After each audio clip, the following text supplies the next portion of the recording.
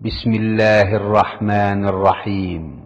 পরম করুণাময় ও অসীম দয়ালু আল্লাহর নামে শুরু।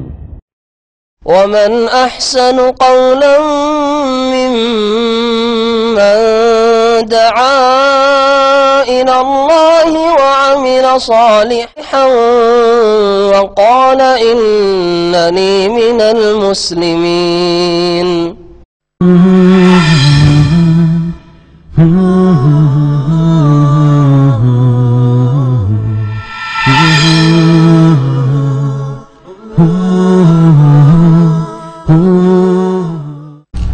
السلام عليكم ورحمة الله وبركاته. إن الحمد لله نحمده ونستعينه ونستغفره ونعوذ بالله من شرور أنفسنا ومن سيئات أعمالنا من يهده الله فلا مضل له ومن يضلل فلا هادي له وأشهد أن لا إله إلا الله وحده لا شريك له وأشهد أن محمدا عبده ورسوله صلى الله تعالى عليه وعلى آله وصحبه وسلم تسليما كثيرا. أما بعد فقد قال المؤلف رحمه الله تعالى باب من هزل بشيء فيه ذكر الله أو القرآن أو الرسول صلى الله عليه وسلم وقول الله تعالى ولئن سألتهم ليقولن إنما كنا نخوض ونلعب قل أبي الله وآياته ورسوله كنتم تستهزئون لا تعتذروا قد كفرتم بعد إيمانكم إلى آخر الباب. সম্মানিত শ্রোতামণ্ডলী, আল্লাহ পাক রব্বুল আলমিনের যাবতীয় প্রশংসা যে আল্লাহ পাক রব্বুল আলমিন পাক পবিত্র সমস্ত ত্রুটি থেকে, যে আল্লাহ পাক রব্বুল আলমিনের বাণী কালাম কোরআনে কারীম, আল্লাহ পাকের স্মরণ, আল্লাহ পাকের জিকির আজকার, আল্লাহ পাক রব্বুল আলমিনের দিন, আল্লাহ পাক রব্বুল আলমিনের রসুল সাল্লাল্লাহু আলাইহি সাল্লাম সম্মানিত শ্রদ্ধার পাত্র। সালাত এবং সালাম নাজিল হোক প্রেমে মুহাম্মদ রাসূলুল্লাহ সাল্লাল্লাহু আলাইহি সাল্লামের ওপর, যাকে আল্লাহ পাক রব্বুল আলামিন সবচেয়ে বেশি সম্মানিত করেছেন। সুতরাং কেউ যদি এসবের যেসবের কথা উল্লেখ করলাম, আল্লাহ পাকের প্রশংসা করতে গিয়ে, আল্লাহ পাককে নিয়ে, আল্লাহ পাকের জিকির আজকার নিয়ে, আল্লাহ পাকের স্মরণ নিয়ে, আল্লাহ পাকের দিন নিয়ে, কোরআনে কারীম নিয়ে, অথবা রাসূলুল্লাহ সাল্লাল্লাহু আলাইহি সাল্লামের মোবারক ব্যক্তিত্ব নিয়ে কেউ যদি উপহাস করে, ঠাট্টা বিদ্রুপ করে, তাহলে সেটি হচ্ছে ইসলাম ভঙ্গকারী বিষয়। আজকের কিতাবুত তাওহীদের দর্শের বিষয়বস্তু হচ্ছে 48 নম্বর অধ্যায়, যাতে রয়েছে এসব বিষয় নিয়ে, দিনের যে কোনো বিষয় নিয়ে ঠাট্টা মজাক করা, উপহাস করার বিধান। এক কথায়, কেউ যদি ইচ্ছা করে হোক আর অনিচ্ছাকৃত হোক, সত্যি সত্যি হোক অথবা রসিকতার ছলে হোক, কেউ যদি এসবকে নিয়ে, দিনের বিষয়কে নিয়ে, দিনের সাথে সম্পৃক্ত যতগুলি বিষয় বা ব্যক্তি রয়েছে তাদেরকে নিয়ে ঠাট্টা মজাক করে, তাহলে এর হুকুম হচ্ছে কুফর। এই কাজটি হচ্ছে কুফর, আর যেই ব্যক্তি এরকম কাজ করবে সে কাফির। এটা হচ্ছে আম হুকুম, তাকফিরে আম হুকুম, সাধারণ হুকুম, যে এই রকম কাজ করবে সে কাফির, আর ওর কাজটি হচ্ছে কুফর। এটা যে কোনো সময় বলা যাবে যদি সেই কাজটি কুফরির কাজ হয়, আর সেই ব্যক্তির কাজ কুফরি কাজ হয়, তাহলে কাফের বলা যাবে। কিন্তু যখন বলা হবে যে অমুক লোক ঠাট্টা করেছে, উপহাস করেছে, সুতরাং ওর হুকুম কি, বলবেন না কখনো যে সে কাফের। ওই ক্ষেত্রে খাস করে নির্ধারিত করে একজনকে কাফের ফতোয়া দেওয়ার কাজটি জনসাধারণের নয়, সাধারণ আলেমদের নয়, বরং এটা হচ্ছে কাজার বিষয়, ইসলামিক আদালতের বিষয়। ইসলামিক আদালতে এই কেস হবে, মোকদ্দমা পেশ করা হবে, আর তাতে কাজী, ইসলামিক দেশে, মুসলিম দেশের কাজী, হাকিম, সে ফয়সালা করবে। যদি বলে যে হ্যাঁ সত্যি কাফের, তখন তাকে তার কুফরির মুরতাদ হওয়ার শাস্তি দেওয়া হবে। এই কুফরের বিষয়টি সাধারণভাবে ছেড়ে দেওয়া হয় না সাধারণ মানুষের ওপর, না সাধারণ আলেমদের উপর। এটি হচ্ছে কাজার বিষয়, আদালতের বিষয়। এই একটি বিষয় আজকে মনে রাখবেন। লেখক বলছেন বাবু মান হাজালা বেশাইন, এই অধ্যায় হচ্ছে ওই সব লোকদের সম্পর্কে যারা কোনো কিছু, এমন কোনো কিছু নিয়ে উপহাস করে, ঠাট্টা করে। আল হাজল হচ্ছে জিদ্দের বহুবচন। জিদ মানে সত্যি সত্যি কথা বলা। আপনি কারোর সাথে কথা বলছেন, বলছেন আমি সত্যি সত্যি বলছি, যেটা বলছি সত্যি বলছি। আর একটা হচ্ছে আমি রসিকতার ছলে বলছি, তো রসিকতাকে হাজল বলা হয়। আর সত্যি যে কথাটা বলছেন সেটাকে বলা হয় আল জিদ। তালাকের ক্ষেত্রে নবী করিম সাল্লাল্লাহু আলাইহি ওয়াসাল্লাম হাদিস রয়েছে 3টি বিষয়ের ক্ষেত্রে, তার মধ্যে একটি হচ্ছে তালাক। হ্যাঁ, তালাক, বিবাহ আর রাজাত, ফিরিয়ে নেওয়া। সালাসুন জিদ্দুহুন্না জিদ্দুন ওয়া হাজলুহুন্না জিদ্দুন, ওখানে জিদ্দের বিপরীত হাজল ব্যবহৃত হয়েছে। 3টি বিষয় রয়েছে, যার সত্যি সত্যি কথাটাও সত্যি মানে হয়ে যাবে, ঘটে যাবে। আর যদি ওয়া হাজলুহুন্না জিদ্দুন, আর যদি ঠাট্টা রহস্য করে বলে, রসিকতার ছলে বলে, তবুও সেটা জিদ মানে সত্যি সত্যি হয়ে যাবে। তার মধ্যে একটি হচ্ছে তালাক। আপনি স্ত্রীকে আদর করতে করতে, হ্যাঁ খুব স্নেহ করতে করতে তালাক বলে দিলেন, রসিকতায় তালাক হয়ে যাবে। ইচ্ছা করে না, নাই করে না, আমি তো ইচ্ছা করে তালাক বলি না, আমি তো একটু রহস্য ছলে রসিকতার ছলে বলেছি, তালাক হয়ে যাবে। নবী করিম সাল্লাল্লাহু আলাইহি ওয়াসাল্লাম সেই হাদিস। ওখানে হাজল আর জিদ পরস্পর বিরোধী বিপরীত শব্দ ব্যবহৃত হয়েছে। এখানে হাজল শব্দটি ব্যবহার করেছেন লেখক। কেউ যদি উপহাস করে, ঠাট্টা করে, বেশাইন এমন কিছু নিয়ে, ফিহে যাতে রয়েছে জিক্রুল্লাহ, আল্লাহ পাকের স্মরণ, আল্লাহর নাম হোক, আল্লাহ পাকের সিফাত গুনাবলী হোক, আল্লাহর একটি নাম তাকে শুনতে একটু মানে প্রথম জীবনে শুনেছে, আর সেটা নিয়ে বারবার কি করছে, ঠাট্টা মজাক করছে, হয়তো কুফর। আল্লাহ পাক রব্বুল আলামিনের গুনাবলী নিয়ে কই ঠাট্টা করে। আল্লাহ পাক রব্বুল আলামিন আল্লাহ প্রথম আকাশে প্রতি রাতে নেমে আসেন, আর তারপরে হ্যাঁ হ্যাঁ করে একটু হাসল, রসিকতা করলো, কুফর। যিকরুল্লাহ আল্লাহ পাকের আলোচনা রয়েছে, এটা কোরআন হাদিসের কথা। ইয়ানজুল রাব্বুনা তাবারাকা ওয়া তাআলা, তাহলে অনেক ব্যাপক কথা এটি। আল্লাহ পাক রব্বুল আলামিনের জিকির স্মরণ হচ্ছে সালাত, নামাজ পড়া দেখে তাকে, জীবনে নামাজ পড়েনি মুসলিমের সন্তান এমনও আছে, হ্যাঁ নামাজ পড়া দেখে রুকু করছে, সেজদা করেছে, এত শিক্ষিত মানুষ, আর এত পরিষ্কার পরিচ্ছন্ন কাপড়, এত স্মার্ট লোক, আরে মাথাকে আর কপালকে একবার লুটিয়ে দিচ্ছে মাটিতে, দেখে হাসছে, কুফর। সে উপহাস করলো যিকরুল্লাহকে নিয়ে। এইরকমই আমাদের দেশের কিছু মূর্খ লোকেরা রোজাদারকে দিনে ঠাট্টা করে। আমাদের শোনা ছোটকালে একজন লোক গ্রামের আরেকজনকে জিজ্ঞেস করছে, রোজা রেখেছিস? বলছে কেন রোজা রাখবো, তোর নাই খাইতে নেই, তুই রোজা রাখ, আমার খাবার অভাব আছে, রোজা রাখবো। ওই তো রসিকতা করে বলছে, ওর সাথে রসিকতার ছলে বলছে, কিন্তু কুফরি কথা বললো, কাফের হয়ে গেল সে, মোরতাদ। রোজা না রেখে সে ফাসেক বড় কাবিরা গুনাহকারী ছিল, কাফের হয়নি, রোজাকে অস্বীকার না করলে। কিন্তু এখানে ঠাট্টা করলো, উপহাস করলো রোজাকে নিয়ে। আমি কি গরিব, খাইতে পাই না যে রোজা রাখবো? তুই খাইতে পারিস না, তুই পয়সা বাঁচাছিস, তুই রোজা রাখ, কুফর। এইরকম বহু বিষয় রয়েছে। জিকরুল্লাহ তাহলে শুধু জিকরুল্লাহ মানে আল্লাহ পাকের জিকির আজকার না, আল্লাহ পাকের কথা যেখানে আলোচনা হয়, যেই কথায় আল্লাহ পাকের আলোচনা রয়েছে, ওই কথা বা ওই বিষয়টাকে নিয়ে কেউ যদি ঠাট্টা করে, আবিল কোরআন অথবা কোরআন নিয়ে কেউ ঠাট্টা মজাক করে, আবির রসুল বা রসুল সাল্লাল্লাহু আলাইহি সাল্লামকে নিয়ে কেউ যদি উপহাস করে, রাসূলুল্লাহ সাল্লাল্লাহু আলাইহি ওয়াসাল্লামের বহু বিবাহকে নিয়ে কেউ যদি উপহাস করে, রসিকতা, কুফর। এইরকমই রাসূলুল্লাহ সাল্লাল্লাহু আলাইহি ওয়াসাল্লাম যেটাকে দিন হিসাবে পালন করেছেন, দাড়ি, টাকনার উপর কাপড় ইত্যাদি সব নিয়ে কেউ যদি রসিকতা করে তাহলে কুফর।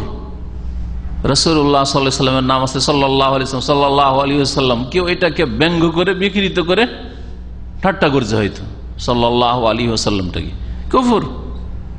রাসূলুল্লাহ সাল্লাল্লাহু আলাইহি ওয়াসাল্লামের উপর সালাত সালাম দরুদ সালাম নিয়ে উপহাস করলো, একটু ব্যঙ্গ করলো, কুফর। তো ব্যাপকতা রয়েছে এই অধ্যায়, এমন কোন কিছু যাতে আল্লাহর কথা রয়েছে, কোরআনের কথা রয়েছে, রাসূলের কথা রয়েছে সাল্লাল্লাহু আলাইহি ওয়াসাল্লাম, তা নিয়ে যদি কেউ উপহাস করে তাহলে সে তার হুকুম হচ্ছে কুফর। আর কুফরি হচ্ছে তাওহীদের পরিপন্থী। এই জন্য কিতাবুত তাওহীদে অধ্যায়টি নিয়ে আসা হয়েছে। ভাষ্যকার এজন্য বলছেন যে এর হুকুম হচ্ছে আন্নাহু কুফরুন, এটা হচ্ছে কুফর মুনাফিন লিত-তাওহীদ, তাওহীদের পরিপন্থী। কুফরি হচ্ছে তাওহীদের বিপরীত, দুটো একত্রিত হতে পারে না। একটা লোক মুসলিমও আছে আর কুফরিও করছে, হইতে পারে না। বড় কুফরি যদি হয় তাহলে বসে মুসলিম নেই, তাওহীদ নেই তার। মহান আল্লাহ পাক ইরশাদ করছেন ওয়াকাউলিল্লাহ তাআলা, এই আয়াত দিয়ে শুরু করেছেন অধ্যায়টিকে। আর একটা হাদিস নিয়ে এসেছেন এই আয়াতের শানে নজুলে, যে হাদিসটি রয়েছে।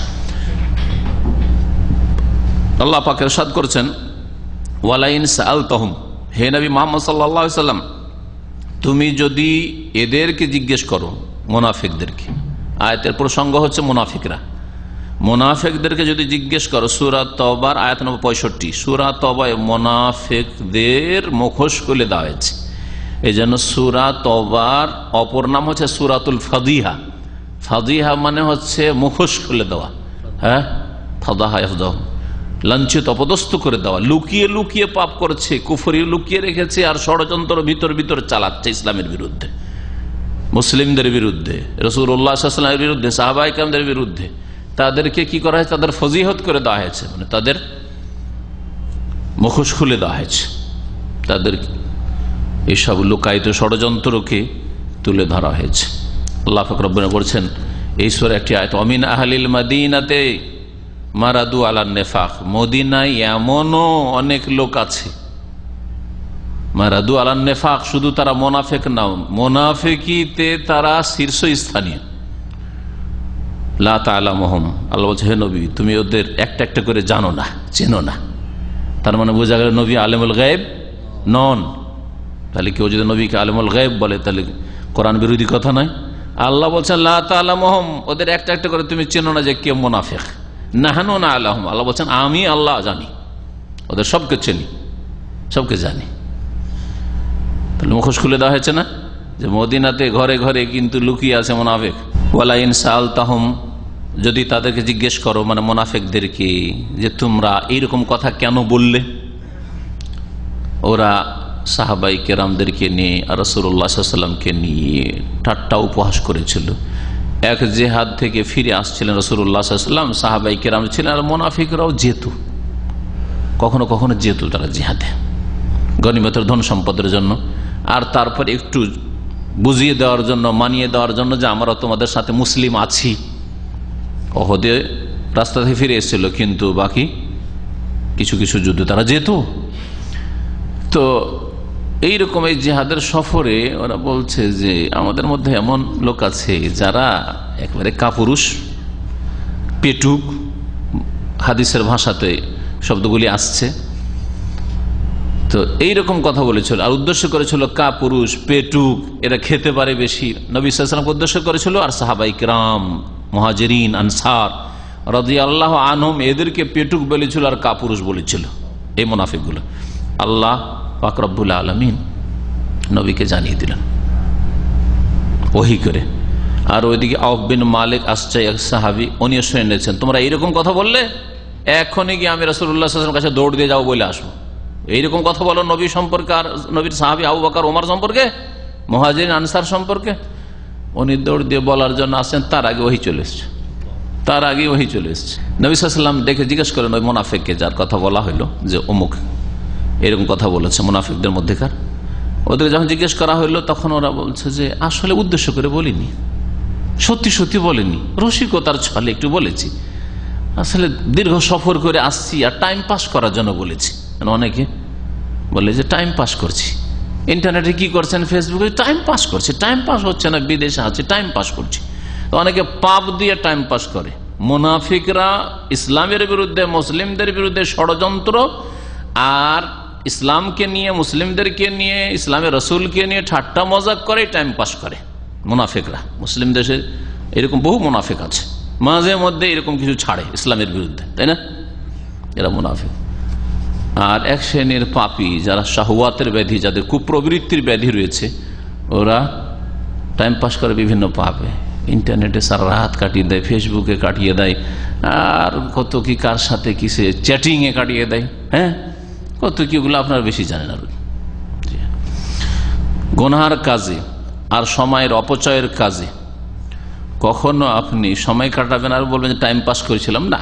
টাইম পাস করবেন, ভালো কাজে টাইম পাস করেন, আর ইবাদত বন্দেগীতে টাইম পাস করেন, হালাল রুজি তলাশ করাই ঠিক আছে, ওভার টাইম করেন, পার্ট টাইম করাই টাইম পাস করেন, ইলম শিখাই টাইম পাস করেন, আমল করাই টাইম পাস করেন, তাহাজ্জুদ পড়াই টাইম পাস করেন। টাইম পাস হয় না তো সকালবেলা ডিউটি না, বিকালে ডিউটি আছে তো সকালবেলা সালাতুদ দুহা পড়ে টাইম পাস করেন। এরাকে যখন জিজ্ঞেস করলেন রাসূলুল্লাহ সাল্লাল্লাহু আলাইহি ওয়াসাল্লাম, আল্লাহ বলছেন তুমি যদি ওদেরকে জিজ্ঞেস করো কি বলবে জানো? লা ইয়াকুলুন্না, অবশ্যই মুনাফিকরা বলবে ইন্নামা কুন্না নাখুদু ওয়া নালআব, আমরা তো একটু খেল তামাশা করছিলাম, একটু খেলাধুলার ছলে আর একটু রসিকতার ছলে বলেছিলাম। আল খৌজ মানে এমনি টাইম পাস করার জন্য কথা বলা, খাজা ফিল হাদিস, আর লাইবাই আল আউ মানে খেলাধুলা করা। আল্লাহ পাক রব্বুল আলামিন পরের অংশ আয়াতের তাতে বলছেন, কুল হে নবী, ওরা যখন এইরকম বলবে তুমি তাদেরকে বলে দাও, আবিল্লাহে ওয়া আয়াতিহি ওয়া রাসূলি কুনতুম তাস্তাহজিউন, কি তোমরা আল্লাহর সাথে আর আল্লাহ পাকের আয়াতের সাথে, কোরআনে কারীমের আয়াত সমূহের সাথে, ওয়া রাসূলি আর আল্লাহ পাকের রাসূলের সাথে কুনতুম তাস্তাহজিউন ঠাট্টা উপহাস করছো? আরে সাহাবায়ে কেরামদের নিয়ে ঠাট্টা মজাক করো, রাসূলকে নিয়ে তোমরা উপহাস করো। তারা ঠাট্টা মজাক কিন্তু আল্লাহর সাথে করেনি, কোরআনের আয়াতের সাথে করে নাই, হ্যাঁ রাসূল সাল্লাল্লাহু আলাইহি ওয়াসাল্লাম এবং সাহাবায়ে কেরামদের সাথে করেছে। কিন্তু আল্লাহ বললেন যে তোমরা আল্লাহর সাথে ঠাট্টা করো, আল্লাহর আয়াতের সাথে, আল্লাহ পাকের রাসূলের সাথে। আল্লাহ কি বাড়িয়ে বলেছেন, মিথ্যা বলেছেন না বাড়িয়ে বলেছেন? বাড়িয়ে বলেনি। কারণ ওই সাহাবী মুহাজিরিন আনসারকে নিয়ে কেন ঠাট্টা করতো তারা? কারণ তারা কোরআন মানে, কোরআন পালন করে, কোরআন আয়াত মোতাবেক জীবন যাপন করে। সেই জন্য মুহাজিরিন আনসারকে নিয়ে, রাসূলুল্লাহ সাল্লাল্লাহু আলাইহি ওয়াসাল্লামকে নিয়ে কেন তারা উপহাস করেছিল? কারণ তা আল্লাহ পাকের ইবাদত বন্দেগী করে, আল্লাহ পাকের তৌহিদ প্রতিষ্ঠা করতে চায়। তাহলে তারা যেন এই লোকগুলিকে ঠাট্টা করে, এই লোকগুলির উপহাস করে আল্লাহর সাথে উপহাস করলো। কারণ এরা আল্লাহর প্রতি ইমানদার যদি না হইতো, মুনাফিকদের দলের মুশরিক হইতো। এরা যদি কোরআনের প্রতি ইমানদার না হইতো, হ্যাঁ কোরআনে কারীমের আয়াত আর সূরাতের উপর আমল করা লোক না হইতো, তাহলে এদেরকে নিয়ে ঠাট্টা করতো না। ঠিক কিনা বলেন?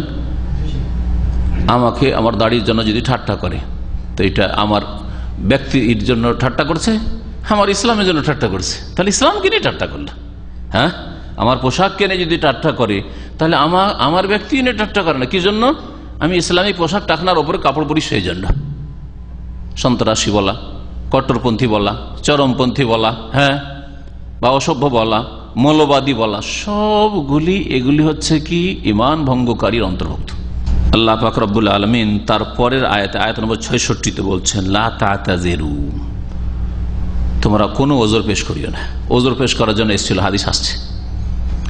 আল্লাহ বলছেন যে হে নবী ওদেরকে বলে, লা তা'তাযিরু, কোনো ওজর চলবে না তোমাদের, কোনো অজুহাত শোনা হবে না, বাহানা শোনা হবে না, যে আসলে এই জন্য করেছিলাম, সেই জন্য করেছিলাম, ভুল করেছি, না ওইসব শোনা হবে না। লা তা'তাযিরু কাদ কাফারতুম বাদা ঈমানিকুম, তোমরা মুমিন মুসলিম হওয়ার পরে, তোমাদের ঈমানের পরে কি করেছো? কুফরি করেছো, কাফের হয়ে গেছো। আল্লাহ পাক রব্বুল তাদের মৌখিক কালেমার উচ্চারণকে, শাহাদাকে ঈমানে আখ্যায়িত করেছেন। বাহ্যিক তোমরা ঈমান নিয়ে এসেছিলে, কিন্তু এই উপহাসের কারণে কি হয়ে গেছো? কাফের হয়ে গেছো। কাদ কাফারতুম বাদা ঈমানিকুম। এইরকমই মুসলিম পরিবারে জন্ম নেওয়ার কারণে তোমরা মুসলিম ছিলে, হ্যাঁ মুমিন ছিলে জন্মসূত্রে, কিন্তু যদি ঈমান ভঙ্গকারী, ইসলাম ভঙ্গকারী কোনো কাজ কথা করে থাকো, বলে থাকো, তাহলে লা তা'তাযিরু, কোনো ওজর চলবে না। হ্যাঁ হজ বলে, হজ হচ্ছে অপচয়, কুরবানি হচ্ছে অপচয়, লা তা'তাযিরু, কোনো ওজর চলবে না এসব। কাদ কাফারতুম বাদা ঈমানিকুম, তোমাদের ঈমান ইসলামের পরে কাফের হয়ে গেছো, মুরতাদ হয়ে গেছো, কুফরি করেছো। এই আয়াত থেকে যেসব মাসাইলগুলি জানতে পারলাম, তার একটি হচ্ছে, ভাষ্যকার বলছেন আন্নাল ইস্তেহজা বিল্লাহি ওয়া আয়াতিহি। ভাষ্যকার কে? কিতাবের ভাষ্যকার কে বলতে পারেন? আল্লামা সালেহুল ফৌজান হাফিজাহুল্লাহ তাআলা, সৌদি আরবের বর্তমান সবচেয়ে বড় আলেম বলা যেতে পারে। কারণ শেখ ইবনে বাজ রহমাতুল্লাহ ইন্তেকাল করেছেন, তারপরে শেখ ইবনে উসাইমিন ছিলেন, তিনিও ইন্তেকাল করেছেন। আর একজন বড় আলেম ছিলেন শেখ আব্দুর রহমান আব্দুল জবরিন, তিনিও ইন্তেকাল করেছেন। এখন বড় আলেম বলা যেতে পারে আল্লামা সালেহুল ফৌজান হাফিজাহুল্লাহকে। তিনি বলছেন যে এই আয়াত থেকে যা জানা গেল, তার একটি হচ্ছে আন্নাল ইস্তেহজা বিল্লাহ, আল্লাহকে নিয়ে উপহাস করা, ওয়ায়াতিহি, আল্লাহ পাকের আয়াত, কোন একটি কোরআন আয়াতকে নিয়ে, কোন একটি আয়াতের মাসলা বিষয়কে নিয়ে, তার মধ্যে একটা হেজাব, পর্দা, দিনের যে কোনো বিষয় হোক না কেন, কোরআনে কারীমে বহু বিধান রয়েছে, আর বহু আকীদার বিষয় রয়েছে, বহু ঘটনাবলী, কিসাস রয়েছে, যে কোনো কিছুকে নিয়ে কেউ যদি উপহাস করে, ওয়া রাসূলিহি, আর তার রাসূলকে নিয়ে ঠাট্টা উপহাস করা কুফরুন, এটা হচ্ছে কুফরি, ইউনাফি তৌহিদ, যা তৌহিদ বিরোধী, তৌহিদ পরিপন্থী। 2 নম্বর বিষয় হচ্ছে, যা আয়াত থেকে জানতে পারলাম, আন্না মান ফাআল, কেউ যদি কুফরি কাজ করে ফেলে, যেমন যে ঠাট্টা করলো আল্লাহর দিনকে নিয়ে, হ্যাঁ, আল্লাহ পাককে নিয়ে, অথবা আল্লাহ পাকের আয়াত নিয়ে, আল্লাহ পাকের রসুলকে নিয়ে কুফরি কাজ করলো, ওয়াদ্দা আন্নাহু লাম ইয়ালাম আন্নাহু কুফর, আর যদি সে এই দাবি পেশ করে যে আমি তো জানতাম না যে এটা কুফরি, আমরা তো একটু রসিকতার ছলে বলেছি, যেমন মুনাফিক এসে বলেছিল যে ইয়া রাসূলুল্লাহ, এই লম্বা সফর, দূর থেকে আসছি মদিনার উদ্দেশ্যে, আর টাইম পাস হয় না, টাইম পাস করার জন্য একটু সাথী সঙ্গীদের সাথে আমরা একটু খেলতাম, আসার ছলে বলেছি, আমরা জানতাম না যে অত বড় অপরাধ আর কুফরি হয়ে যাবে। যদিও সে দাবি করে যে আন্নাহু লা ইয়ালাম আন্নাহু কুফরুন, যে এটা কুফরি, আমরা তো এত বড় অপরাধ জানতাম না, লা ইউজারু বিযালিক, এই ওজর গ্রহণযোগ্য নয়। তার মানে যাও তুমি মুসলিম না, মুরতাদ হওয়ার কাজ করেছে, কুফরি কাজ করেছে, ওর সামনে এখনো তওবার রাস্তা খোলা আছে। একদল বলছেন মুরতাদের সামনে তওবার রাস্তা বন্ধ, আর না, সরকারের কাছে খবর পৌঁছে গেলে ওকে শাস্তি দেবে।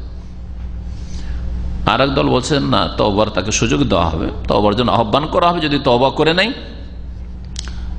তাহলে তার তওবা গ্রহণ করা যেতে পারে দুনিয়ার শাস্তি তার থেকে সরানোর ক্ষেত্রে, আর আখিরাতের ক্ষেত্রে আল্লাহ পাক তার অন্তর জামি, আল্লাহ পাক রব্বুল আলামিন তওবা কবুল করবেন। 3 নম্বর যা জানা যায়, ওজুব ও তাজিম জিকিরিল্লাহ, আল্লাহ পাকের স্মরণ, আল্লাহ পাকের কি কিতাব, আল্লাহ পাকের কিতাব, আল্লাহ পাকের রসুল, এসব বিষয়ের তাজিম করা ফরজ, শ্রদ্ধা সম্মান করা ফরজ। সামান্য যেন তাজিমে অবমাননা না আসে। যারা অতিরঞ্জন করতে যায় নবী সাল্লাল্লাহু আলাইহি ওয়াসাল্লাম সম্পর্কে, বেশি বাড়িয়ে ফজিলত দেখাতে যায়, তারা আবার আরেক গর্তে গিয়ে পড়ে অবমাননা করে ফেলে। এই বিষয়টা জানেন না? হ্যাঁ, নবী করিম সাল্লাল্লাহু আলাইহি ওয়াসাল্লামকে যদি কেউ বলে আলেমুল গায়ব, সব গায়ব জানতেন, সব কিছুর ক্ষমতা, জানার ক্ষমতা ছিল, নবী সাল্লাল্লাহু হাজির নাজির, নবী সাল্লাল্লাহু আলাইহি ওয়াসাল্লাম সব জায়গায় হাজির থাকতেন আর সব কিছু দেখতে পেতেন, তো নবী করিম সাল্লাল্লাহু আলাইহি ওয়াসাল্লাম কি তার বিবির হাতটা হারিয়ে গেছে দেখতে পান না? এটা একটা ঘটনা। আর তারপরও সাহাবীদেরকে হয়রান করছেন, তলাশ করো তলাশ করো তলাশ করো, আর উটের পেটের তলায় পড়ে আছে, হ্যাঁ, উটটা বসে গেছে হাড়ের উপর, মানহানি করলো না? তারপরে রাসূলুল্লাহ সাল্লাল্লাহু আলাইহি ওয়াসাল্লামের পরিবার কে যখন ওই উটের উপরে যে হাওদাটা থাকে ওইটা যখন উঠানো হইল, হালকা মানুষ আয়েশা রাদিয়াল্লাহু আনহা ছিলেন, সহিহ বুখারীর হাদিস, সবাই ভাবলো যে এর ভিতরে উনি আছেন, আর কয়েকজন মিলে উঠিয়ে উটের পিঠে চাপিয়ে দিয়েছে, ভিতরে মা আয়েশা আছেন, উঠিয়ে দিয়েছে। আসলে মা আয়েশা রাদিয়াল্লাহু আনহা কাজে হাজাতের জন্য, শৌচকার্য পুরা করার জন্য দূরে গিয়েছিলেন, একটু এসে দেখেন কেউ নাই, সব চলে গেছে। নবী সাল্লাল্লাহু আলাইহি ওয়াসাল্লাম চলে যাচ্ছেন মদিনার উদ্দেশ্যে নিজের স্ত্রীকে ছেড়ে। আরে আধা পাগল মুসলিম নাই, অমুসলিমও কেউ নিজের স্ত্রীকে ছেড়ে এরকম চলে আসবে না, আসবে? তাহলে নবী আলেমুল গায়ব যদি হন, নবী যদি হাজির নাজির হন, হাজির মানে সব জায়গায় হাজির, নবীর বিবি যেখানে বাথরুম করছেন ওখানেও হাজির, নাজির মানে ওইটাও দেখছেন, হ্যাঁ, নজর আছে ওর উপর, তারপরে বিবিকে ছেড়ে চলে আসছেন, আর তারপরে বিবির মিথ্যা অপবাদ লেগে যাচ্ছে, আবার বিশ্বাস হয়ে যাচ্ছে যে ঠিকই হইতেও পারে। আর 1 মাস ধরে নিজেও পেরেশান, স্ত্রীও পেরেশান, শ্বশুর শাশুড়ি আবু বকর, আর তাই সবাই পেরেশান, কি খেলতামাশা করছেন নাকি? তাহলে নবী করিম সাল্লাল্লাহু আলাইহি ওয়াসাল্লামকে নিয়ে বাড়াবাড়ি করলে আর এক অবমাননা, তৌহিন হয়ে থাকে, এটাও তাজিমের খেলাফ। এজন্য যার যেখানে মর্যাদা আছে, হ্যাঁ, সেখানে রাখা হচ্ছে তার জন্য শ্রদ্ধা পোষণ করা, সম্মান ইজ্জত করা। আর আমাকে যদি বলেন মন্ত্রী সাহেব, হ্যাঁ, তাহলে কি হবে? হ্যাঁ, রাষ্ট্রপতি সাহেব, তো কি হবে বলেন? আরে মজাক করা হবে না, অপমান করা হবে না? তার বোঝা গেল নিচেও যদি নামান সেটাও অপমান, আর ওপরেও যদি চড়ান সেটা অপমান। এবার বুঝতে পেরেছেন? তো বিদাতিরা এই কাজটা করেছে। নবী করিম সাল্লাল্লাহু আলাইহি ওয়াসাল্লামকে বাড়িয়ে নবী মাটির পয়দাই নয়, নবী মানুষই না, নবী নূরের পয়দা, আর নবী আলমুল গায়ব, নবী হাজির নাজির, নবী সবকিছুই দিতে পারেন। আর যেই লোক দিতে পারেন সে নিজের একটা ছেলে সন্তান রাখতে পারেন না, যেই লোক দিতে পারেন, সবকিছুর ক্ষমতা রাখেন, নিজের নাতি হোসেন রাদিয়াল্লাহু তাআলা আনহুকে রক্ষাই করতে পারলেন না। হ্যাঁ, মসজিদ নববীর মেহরাবে ওমর রাদিয়াল্লাহু তাআলা আনহুকে শহীদ করা হচ্ছে, তার শ্বশুর সাহেবকে তাকে রক্ষা করতে পারলেন না। সবকিছু দিতে পারেন মুখতারিকুল, এগুলো সবগুলি বেরলবি রিজভি আকীদা। অধিকাংশ সুফিদের এগুলো আকীদা, বুঝছেন? তাহলে কি বলবেন? তাহলে সবকিছু সবাইকে দিতে পারেন আর আপনজনকে রক্ষা করতে পারেন না। নবী সাল্লাল্লাহু আলাইহি ওয়াসাল্লাম সারা দুনিয়া সবাইকে দিতে পারে আর নিজের মাথাটাকে আহত হাতে থেকে বাঁচাইতে পারলেন না। দাঁতটা মোবারক, দাঁত ভেঙে যাচ্ছে, ওহদে বাঁচাইতে পারলেন না। হ্যাঁ, নবী আলেমুল গায়ব, তারপর জানছেন যে ওইখানে তাইফে গিয়ে মার খেতে হবে আর একটা লোক হেদায়েত হবে না, তারপর খামো খেতে যাবেন, অনর্থক কাজ করবেন। আপনি আমি অনর্থক কাজ এরকম করব? এইরকম নবী সাল্লাল্লাহু আলাইহি ওয়াসাল্লামের পুরো সিরাত ভরপুর রয়েছে। এক কথায় কোনো ব্যক্তিকে উপরে উঠাইলেও তার মানহানি হয় তাজিমের খেলাফ, আর নিচে নামাইলেও তাজিমের খেলাফ। যেখানে যাকে আল্লাহ পাক রেখেছেন সেখানে তাকে। 4 নম্বর বিষয় এ আয়াত থেকে জানতে পারলাম, আন্না মান তালাফাযা বিকালামিল কুফর, কেউ যদি কুফরি কথা উচ্চারণ করে, কুফরি কথা উচ্চারণ করে, কাফারা, তাহলে কাফের হয়ে যাবে। ওয়ালাউ লাম ইয়াতাকিদ মা ক্বালা বিকলবি, যদিও অন্তরে তার বিশ্বাস নেই, অন্তরে সে বিশ্বাস নেই, কিন্তু সে কুফরি কথা বলল স্বেচ্ছায়, তাহলে সে কাফের হয়ে যাবে। যেমন একটু আগে উদাহরণ দিলাম, একজন মুসলিম আরেকজন মুসলিমকে বলছে যে রোজা রেখেছিস? বলছে রোজা রেখে কি হবে? তুই রোজা রেখেছিস? বলছে আমি তো রোজা রাখছি। তুই খেতে পাইস না, সে রোজা রাখছিস? হ্যাঁ, আমি রোজা রাখবো। ওর অন্তরে কিন্তু এই কথা বিশ্বাস নাই যে ও খেতে পাই না আর আমি খুব খেতে পাচ্ছি, আর রোজা অস্বীকার করি এ কথা নাই। রোজা অস্বীকার করে না, কিন্তু রাখে না, রসিকতার ছলে। বলো ঠিক কিনা? কাফের হবে না? হবে না? হ্যাঁ, ওই কথাই বলছেন। কেউ যদি কুফরি কথা বলে তাহলে কাফের হয়ে যাবে, যদিও যা বলল তা আর বিশ্বাস অন্তরে নেই, ও কথা অন্তরে বিশ্বাস করে না। এখানে আর একটা এর আনুষঙ্গিক বিষয় জেনেন না, সেটা হচ্ছে যে কুফরি কথা অন্যের নকল করলে কুফরি হয় না। নাকলে কুফর, কুফর না বাসাদ, ফার্সিতে একটা কথা আছে, কুফরি কথা নকল করি। আমি এইরকমই তৌহিদ সুন্নতের অনুসারী আলেম ওলামারা অনেক সুফি কাফেরদের, হ্যাঁ, তারপরে নাস্তিকদের কথা নকল করছি। আল্লাহ নেই কে বলেছে? কার্ল মার্কস বলছে।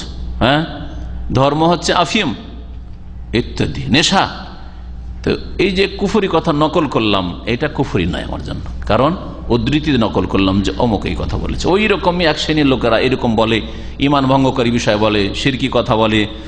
হ্যাঁ, তো তাতে আমার শিরক হয় না, আমার কুফরি হয় না। কুফরি কথা নকল করলে কুফরি হয় না, কিন্তু আপনার বিশ্বাস নেই তারপরে কুফরি কথা আপনি বলে যাচ্ছেন, তাহলে সেটা কুফরি হবে। কারণ দলিল কিভাবে? এই আয়াতে ওই মুনাফিককে যখন জিজ্ঞাসা করা হলো, তখন মুনাফিক কি বলেছিল? ইয়া রাসূলুল্লাহ, আমি তো অন্তর থেকে বলিনি, অন্তর থেকে তো আর পেটুক বলিনি আপনার সাথী সঙ্গীদেরকে আর আপনাদেরকে, আর অন্তর থেকে তো কাপুরুষ বলিনি, হ্যাঁ, বিশ্বাস করে বলিনি, কিন্তু এটা কি করেছিলাম? একটু টাইম পাস করার জন্য আর রসিকতার ছলে সাথী সঙ্গীদের সাথে কথাবার্তায় বলে ফেলেছি, অন্তর থেকে বিশ্বাস করে বলিনি কথা বলেছে। তারপর ওজর কবুল করা হয়েছে, লা তাতাজির, ওজর চলবে না, কাদ কাফারতুম বাদা ঈমানিকুম, ঈমানের পরে কাফের হয়ে গেছে। আন ইবনে উমর ওয়া মুহাম্মদ ইবনে কাব ওয়া যায়েদ ইবনে আসলাম ওয়া কাতাদা দাখালা হাদিসু বাযহিম ফি বায, বলছেন যে আব্দুল্লাহ বিন ওমর আর মুহাম্মদ বিন কাব আর যায়েদ ইবনে আসলাম আর কাতাদা, এই কয়েকজন, ইবনে ওমর ইনি সাহাবী, আব্দুল্লাহ বিন ওমর ইবনে খাত্তাব রাদিয়াল্লাহু আনহুমা সাহাবী, প্রখ্যাত সাহাবী, আর মুহাম্মদ বিন কাব বিন সুলাইম আল কোরাজি আল মাদানী, তিনি তাবেঈ, 120 হিজরি তার ইন্তেকাল, তাবেঈ। যায়েদ ইবনে আসলাম তিনি ওমর ইবনে খাত্তাব রাদিয়াল্লাহু আনহুর স্বাধীনকৃত গোলাম, তার ইন্তেকাল 136-এ, তাবেঈ। তারপরে কাতাদা, তিনিও তাবেঈ, কাতাদা ইবনে দিআমা সাদ্দুসি, মুফাসসির হাফেজ, 117 হিজরিতে তার ইন্তেকাল। একজন সাহাবী আর কয়জন তাবেঈ? 3 জন, ঠিক না? এই হাদিসটা একটা লম্বা হাদিস, কিন্তু একজনের সবগুলি বর্ণনা করেন নাই, কিছু একজন, কিছু আরেকজন, কিছু আরেকজন, কিছু আরেকজন, সবগুলির কথা মিলিয়ে জুলিয়ে পুরো ঘটনাটা পারফেক্ট হয়েছে, হ্যাঁ, সম্পূর্ণ হয়েছে, একসাথে এখানে বয়ান করা হয়েছে, যাতে করে ঘটনাটা সম্পূর্ণভাবে একসাথে পেশ করা সম্ভব হয়। এই জন্য বলছেন দাখালা হাদিস ও বাযহিম ফি বায, তাদের একের হাদিস আর একজনের হাদিসে প্রবেশ করেছে, মানে একজনের হাদিসে কিছু আছে, আরেকজনের হাদিসে কিছু বর্ণিত আছে, আরেকজনের হাদিসে কিছু আছে, সবগুলিকে একসাথে মিক্স করে মিলিয়ে বর্ণনা করা হয়েছে। আন্নাহু ক্বালা রাজুলুন ফি গাযওয়াতি তাবুক, তাবুক যুদ্ধে একজন মুনাফিক বলেছিল। এখন আয়াতের তাফসীর শুনেন, যার দিকে ইঙ্গিত তখন করছিলাম। ওই মুনাফিক কি বলেছিল? মা রাআইনা মিসলা কুরআইনা হাউলাহ, আমি আমাদের এই কারি ওলামা আর হাফেজদের মতো আর কাউকে দেখিনি। কারির জামা হচ্ছে কুররা। আজকালকার কারি কারা? আজকালকার কারি ওরা যারা হাফেজ টাফেজ নাই, কিন্তু সুন্দর কেরাতটা করতে পারে, শুদ্ধ তাজবিদের সাথে তিলাওয়াতটা করতে পারে, ওদেরকে কি বলা হয়? কারি সাহেব, কুররা। কিন্তু নবী সাল্লাল্লাহু আলাইহি ওয়াসাল্লামের জামানায়, সাহাবায়ে কেরামদের জামানায় কুররা বলা হয়তো ওই সব লোকদেরকে যাদের কোরআন মুখস্থ আছে আর কোরআন সুন্দর তেলাওয়াত করে আর কোরআনের অর্থ বুঝে, তার মানে আলেমের দিনকে বলা হয়। আর এই গুণটা আলেমের, একজন আলেম কোরআন শুদ্ধ তেলাওয়াত করে আর কোরআন মুখস্থ রাখে আর কোরআনের অর্থ বুঝে, বুঝছেন না? তাহলে এখানে কুররা মানে ওলামা, কুররা মানে কি? ওলামা। এটা ছিল প্রথম যুগের পরিভাষা, টার্ম। ধীরে ধীরে তিন ভাগে ভাগ করেছে, ওলামা, আলেমের জামা ওলামা, আর কারি জামা কুররা, আর হাফেজ জামা হুফাজ। হাফেজ আলাদা করে শুধু মুখস্থ, শুধু কারি কুররা, হ্যাঁ কারি, আর আলেম ওলামা। হ্যাঁ, সাহাবায়ে কেরামদের জামানায়। তাহলে এর দ্বারা বোঝা গেল যে শুধু সুন্দর কেরাত করে ওই ফায়দা নেই, অর্থ বুঝতে হবে। হ্যাঁ, শুধু শুধু কোরআনের হাফেজ হয়ে ফায়দা নেই। সাহাবায়ে কেরামরা এরকম কেউ হইতেন না। একজন সাহাবী দেখাইতে পারবেন না যে কোরআনের হাফেজ অর্থ বুঝেন না, কোরআনের ভালো কারি অর্থ বুঝেন না, একটা কোন সাহাবী দেখাইতে পারবেন না। কারণ তাদের মাতৃভাষায় কোরআন কারীম নাযিল হয়েছে, আর একটা শব্দ না বুঝতে পারলে নবী করিম সাল্লাল্লাহু আলাইহি ওয়াসাল্লামকে তারা সাথে সাথে জিজ্ঞেস করতেন যে মানে কি বলতে চাইছেন আল্লাহ এখানে। আর অজ্ঞতার সাথে মুখস্থ করা, অজ্ঞতার সাথে সুন্দর সুন্দর সূরা তেলাওয়াত করা, এটা তাদের আদর্শ ছিল না। এই জন্যই বললাম যে আপনারা ছেলে মেয়েদেরকে দিন শিখাবেন। আমার ছেলেকে আমার আন্তরিক ইচ্ছা হাফেজে কোরআন করব, কখনো এরকম বলবেন না, হাফেজ আলেম করব, ঠিক আছে। আর না হলে যদি হাফেজ আলেম দুটোই সম্ভব না হয়, তো কিছু কোরআন তো অবশ্যই মুখস্থ, একজন আলেম হলে আলেমে দিন করব, কোরআন হাদিসের আলেম করব। কারণ অর্থ জানা এটা হচ্ছে আসল উদ্দেশ্য, আল্লাহ কি সম্বোধন করতে চেয়েছেন আল্লাহ পাকের বান্দাদেরকে। এই মুনাফিক কি বলেছিল যে আমাদের এই আলেমদের মতো, মানে এই রাসূলুল্লাহ সাল্লাল্লাহু আলাইহি ওয়াসাল্লাম মুহাম্মদ আর তার সাথী সঙ্গীদের মতো আর কোন লোককে দেখিনি। আর গাবা বতুনান, পেট পূজার ক্ষেত্রে অত্যন্ত উদ্গ্রীব, পেট পূজায় অত্যন্ত আগ্রহী, মানে খেতে পেলে একেবারে হাজির। কত বড় ঠাট্টা, মজাক। ওয়ালা আকযাবা আলসনান, ভাষার দিক থেকে বড়ই মিথ্যুক, এইরকম মিথ্যুক আর দেখিনি। তার মানে চরম মিথ্যাবাদী এরা। নবী সাল্লাল্লাহু আলাইহি ওয়াসাল্লাম, সাহাবায়ে কেরাম কত বড় মুনাফিক, তাই না? 3 নম্বর, ওয়ালা আজবানা ইনদাল লিকা, আর যখন শত্রুর মুখোমুখি কোথাও যুদ্ধ হয় তখন এদের চাইতে বেশি কাপুরুষ আর কাউকে দেখিনি। তার মানে মুহাম্মদ সাল্লাল্লাহু আলাইহি সাল্লাম আর তার সাহাবায়ে কেরাম, মুহাজিরিন আনসার, মুনাফিকদের কাছে এরা ছিল কি? পেটুক, মিথ্যুক আর কাপুরুষ। জি হ্যাঁ, এই কথা বলল। ইয়ানি মুনাফিক উদ্দেশ্য করেছিল, ইয়ানি মানে উদ্দেশ্য করেছিল, আনা ইয়ানি উদ্দেশ্য করেছিল কাকে? রাসূলুল্লাহ, আল্লাহ পাকের রাসূল সাল্লাল্লাহু আলাইহি সাল্লামকে। ওয়া আসহাবুল কুররা, আর তার সাথী ওলামাদেরকে, ওলামা হুফাজ এদেরকে। ফাকাল লাহু আউফ বিন মালিক, তখন আউফ বিন মালিক আশজাই, আশজা বংশের লোক ছিলেন। তিনি প্রথম খাইবারে হাজির হন ইসলাম কবুল করার পরে, আর তার ইন্তেকাল হয় 73 হিজরিতে রাদিয়াল্লাহু আনহু। এই আউফ বিন মালিক শুনে নিয়েছেন, যুবক ছেলে ছিলেন, শুনে নিয়েছেন। ওরা ভেবেছে যে একটা যুবক আছে, ওর সামনে বলে ফেলেছে এরকম কথা, আর জানে না যে এই যুবকের মধ্যে ঈমান স্পিড আছে, হ্যাঁ ঈমানই গরম আছে, বরদাস্ত করবে না, দৌড় দিবে নবী সাল্লাল্লাহু আলাইহি ওয়াসাল্লামের কাছে, খবর পৌঁছে যাবে।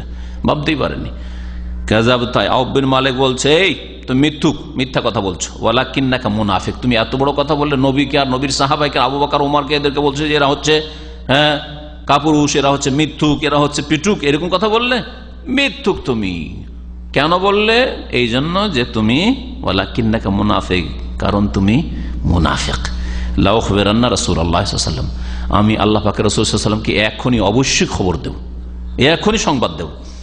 তাহলে বোঝা গেল কেউ যদি আল্লাহ দ্রোহিতা করে, আল্লাহ নাফরমানি করে, গুনহার কাজ করে, তাহলে প্রশাসন নিজে যদি বিচার না করার ক্ষমতা রাখি, বিচার করার ক্ষমতা না রাখি, তাহলে প্রশাসন যার মাধ্যমে বিচার হতে পারে তার কাছে খবর পৌঁছানো শরীয়তি তরিকা।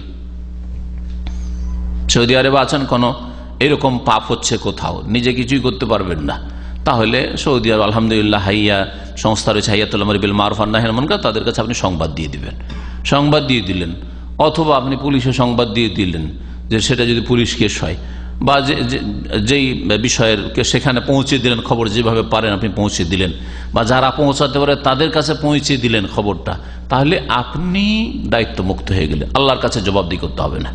আর আপনি বলছেন আমার দেশি লোকেরা তো করছে, নারী ব্যবসা করছে, আমার দেশের লোকেরা তো করছে, একটু মদফদ খাচ্ছে, মদফদের ব্যবসা করছে, আমার দেশি লোকেরাই তো করছে, আমার কোম্পানির লোকেরাই তো করছে, আর কোনো খবর নেই, কিয়ামতের দিনে আসামি হবেন আপনি।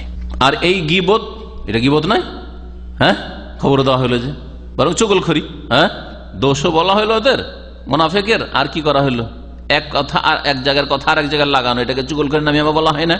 তো এর নামিমাও গীবতের মতো বৈধ রয়েছে। চুগলখড়ি প্রয়োজনে জায়েজ, মুস্তাহাব, আর কখনো কখনো ফরজ, শুধু সবসময় জায়েজ নয়। যেখানে দেখবেন যে এই খবরটা যদি না পৌঁছায় তাহলে এতে ফিতনা হবে, খবর না পৌঁছালে, না জানালে এতে আরো বেড়ে যাবে শয়তান প্রকৃতির মানুষ, বদচরিত্রের মানুষ, এরা অন্যায় কথা চর্চা করবে, এরা আরো মানুষকে বিভ্রান্ত করছে, তাহলে পৌঁছে দিতে হবে। এই চুগলখড়ি করা ওয়াজিব। ফাযাহাবা আউফ ইলা রাসূলিল্লাহ সাল্লাল্লাহু আলাইহি ওয়াসাল্লাম, এই আউফ বিন মালিক রাদিয়াল্লাহু আনহু রাসূলুল্লাহ সাল্লাল্লাহু আলাইহি ওয়াসাল্লামের কাছে গেলেন লিইখবিরাহু, সংবাদ দেওয়ার জন্য। ফাওয়াজাদাল কুরআন কাদ সাবাকাহু, গিয়ে পেলেন কোরআনকে, যে কোরআন তার আগেই পৌঁছে গেছে। কোরআন আগে পৌঁছে গেছে মানে রাসূলুল্লাহ সাল্লাল্লাহু আলাইহি ওয়াসাল্লামের কাছে আগে ওহী নাযিল হয়ে গেছে। ইয়া রাসূলুল্লাহ, এরকম খবর নিয়ে এসেছি, মুনাফিক এরকম বলছে, অমুক। নবী সাল্লাল্লাহু আলাইহি ওয়াসাল্লাম বলছেন যে আমার কাছে আল্লাহ পাক আসমান থেকে খবর আগে পাঠাই দিয়েছেন।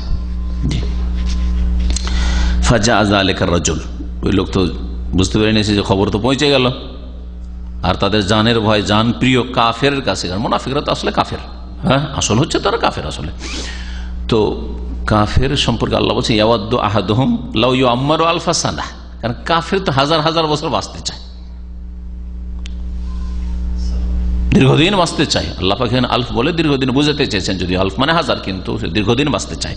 সুতরাং কখনো এইরকম রিস্কে যেতে চায় না যে জানমালের রিস্ক হয়ে যাক, ঝুঁকি হয়ে যাক, দৌড় দিয়ে ছুটে এসছে। যা যালিকা রাজুল, ওই মুনাফিক আসলো রাসূলুল্লাহ সাল্লাল্লাহু আলাইহি ওয়াসাল্লাম কাছে, ওয়াকাদ ইরতাহালা ওয়া রাকিবা নাকাতাহু, নবী সাল্লাল্লাহু আলাইহি ওয়াসাল্লাম প্রস্থান করেছেন, যেখানে অবস্থান করেছিলেন সেখান থেকে প্রস্থান করেছেন মদিনার উদ্দেশ্যে। ওয়া রাকিবা নাকাতাহু, আর নিজের উষ্ট্রির ওপর তিনি বসেও গেছেন, সওয়ার হয়ে গেছেন। ফাকালা ইয়া রাসূলুল্লাহ, এই মুনাফিক এসে বলে, হে আল্লাহর রাসূল, ইন্নামা কুন্না নাখুদু, আমরা আসলে একটু রসিকতা করছিলাম, সাথী সঙ্গীদের সাথে একটু রসিকতার ছলে বলেছিলাম। ওয়া নাতাহাদ্দাসু হাদিসার রাকবে, আর যারা সওয়ার ব্যক্তি, হ্যাঁ, সওয়ার যারা মুসাফির মানুষ, ওটার পিঠে চেপে থাকে, এমনি ক্লান্ত হয়ে যায়, তো একে অপরের সাথে কথা বলে টাইম পাস করে। তো টাইম পাস করছিলাম, যেমন ট্রেনে যদি লম্বা সফর করেন বা প্লেনেও যদি লম্বা সফর, টাইম পাস হয় না, একবার এইটা পত্রিকা, একবার ওইটা পত্রিকা, একবার এইটা নয়, পাশের লোকের সাথে গল্প করা শুরু করলেন। অনেক সময় দেখা যায় পাশের সঙ্গী থাকে একেবারে মুখ ভারী করে এমন ভাবে বসে আছে যে কোন এমন একটা পর্দা আড় তৈরি করে আছে যে কথা বলার চান্স পাচ্ছেন না।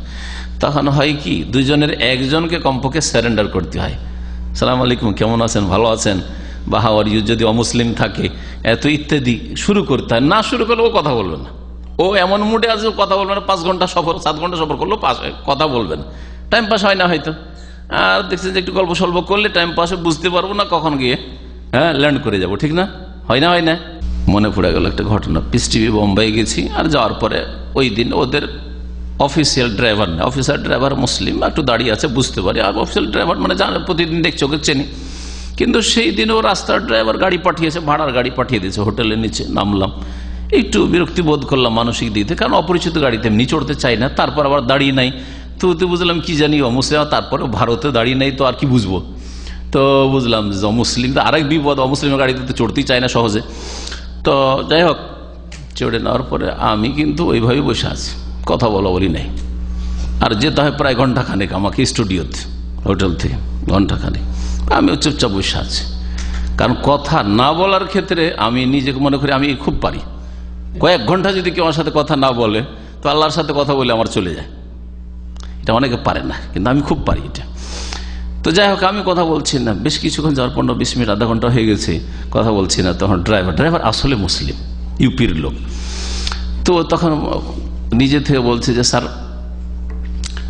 একটু আমাদের আটটা দূর করি, হ্যাঁ আটটাকে ভাঙি, কেন আপনিও কথা বলছেন না, টাইম পাস হচ্ছে না, তো একটু কি কোত্থেকে এসছেন, এইভাবে শুরু করে দিল। বিসমিল্লাহ হইল, এই তখন শুরু হলো, বুঝতে পারলাম। তখন জিজ্ঞেস করলাম যে তুমি কোথাকার, কোথায় বাড়ি, কি নাম তোমার, এই জানতে পারলাম মুসলিম। যাই হোক, আল্লাহ পাক হিদায়াত করেছে। তো যাই হোক, কথাই বলছিলাম যে এরকম হয় অনেক সময় হয় যে আপনিও কথা বলতে চাইছেন, ও কথা বলতে চাইছেন, এইরকম যদি দুইজন পাশাপাশি পড়ে যান, তো দামাম থেকে ঢাকা গিয়ে নেমে যাবেন, একটু কথা হলো না, অথচ পাশে 5 ঘন্টা বসে থাকলেন।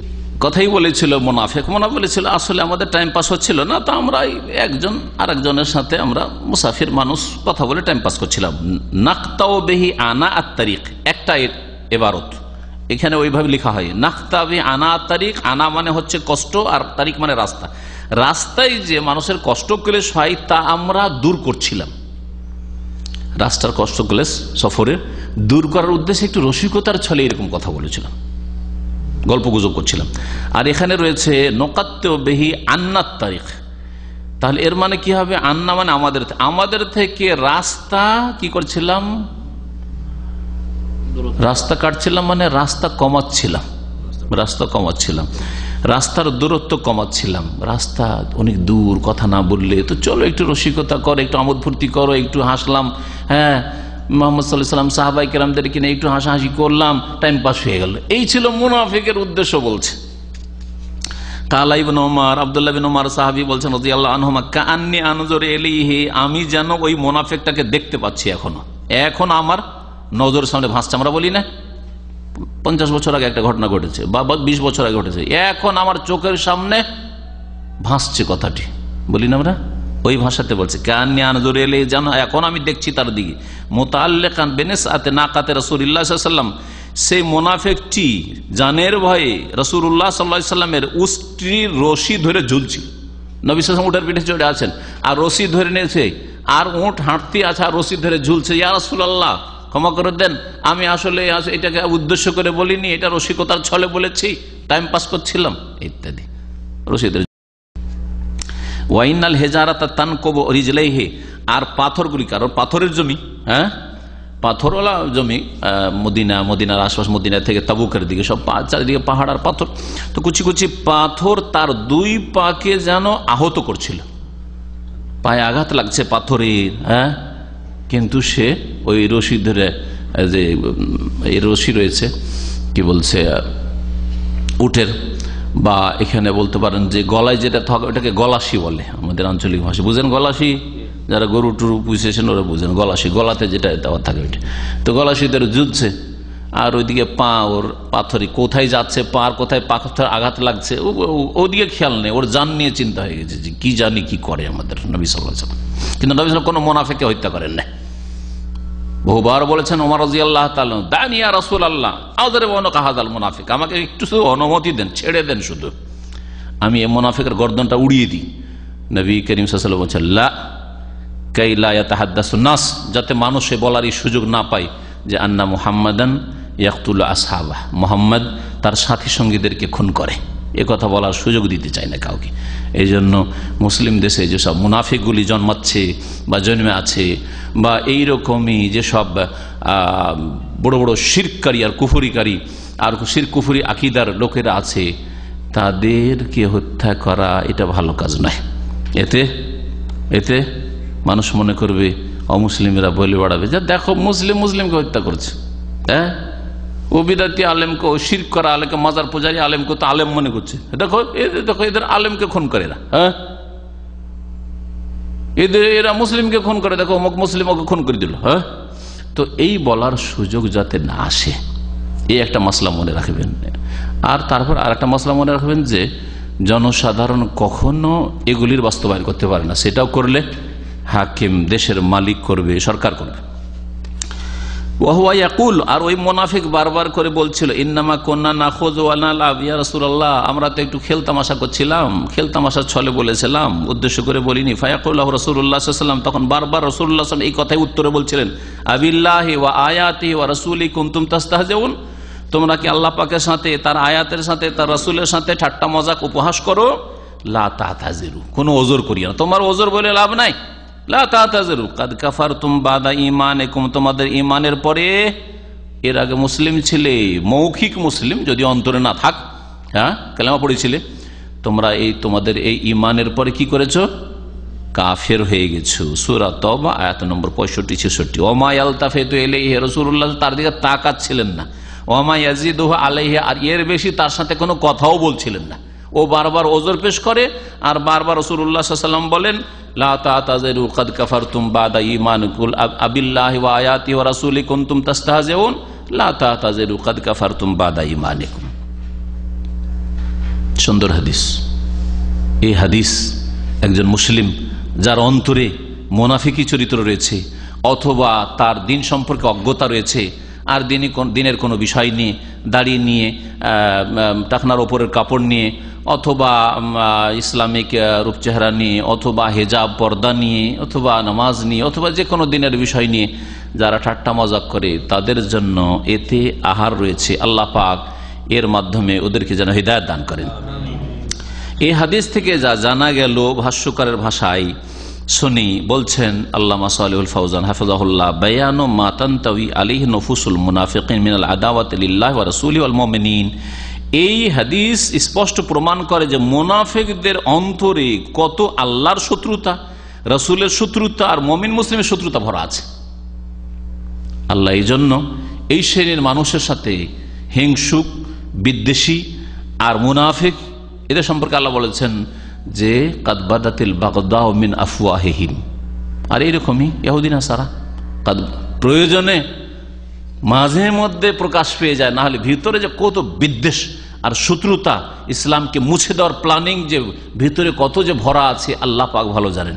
আল্লাহ বলছেন কাদ বাদাতিল বাগদাউ মিন আফওয়াহিহিম, তাদের মুখ দিয়ে, তাদের জবানে, ভাষায় কি হয়েছে? শত্রুতা, বিদ্বেষ প্রকাশ পেয়ে গেছে। ওমা তুখফি সুদুরহুম আকবার, আর যেটুকু বেরিয়েছে সেটুকু অল্প স্বল্প, আর তাদের মনে যা লুকায়িত আছে, লুকিয়ে রেখেছে, তা এর চাইতে অনেক বেশি বড়, অনেক বড়, আরো বেশি শত্রুতা এদের মনে ভরা আছে।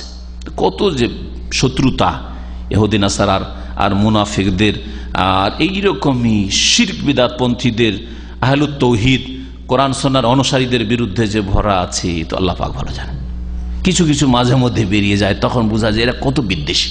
এইরকম হিংসুক চরিত্রের এক শ্রেণীর মুসলিমরা, নিজেদের একই আকীদার লোক, কিন্তু এত হিংসা ভিতরে ভরা আছে, মাঝে মধ্যে বাস্ট হয়ে যায়, তখন বোঝায় আরে এরাকে তো আলেমে দিন বলছিলাম, সহি আকীদার লোক বলছিলাম, কিন্তু এত বিদ্বেষী, এত অ্যালার্জি যে বরদাস্তি করতে পারে না। সুবহানাল্লাহ, বদ চরিত্র এটা, বদ চরিত্র।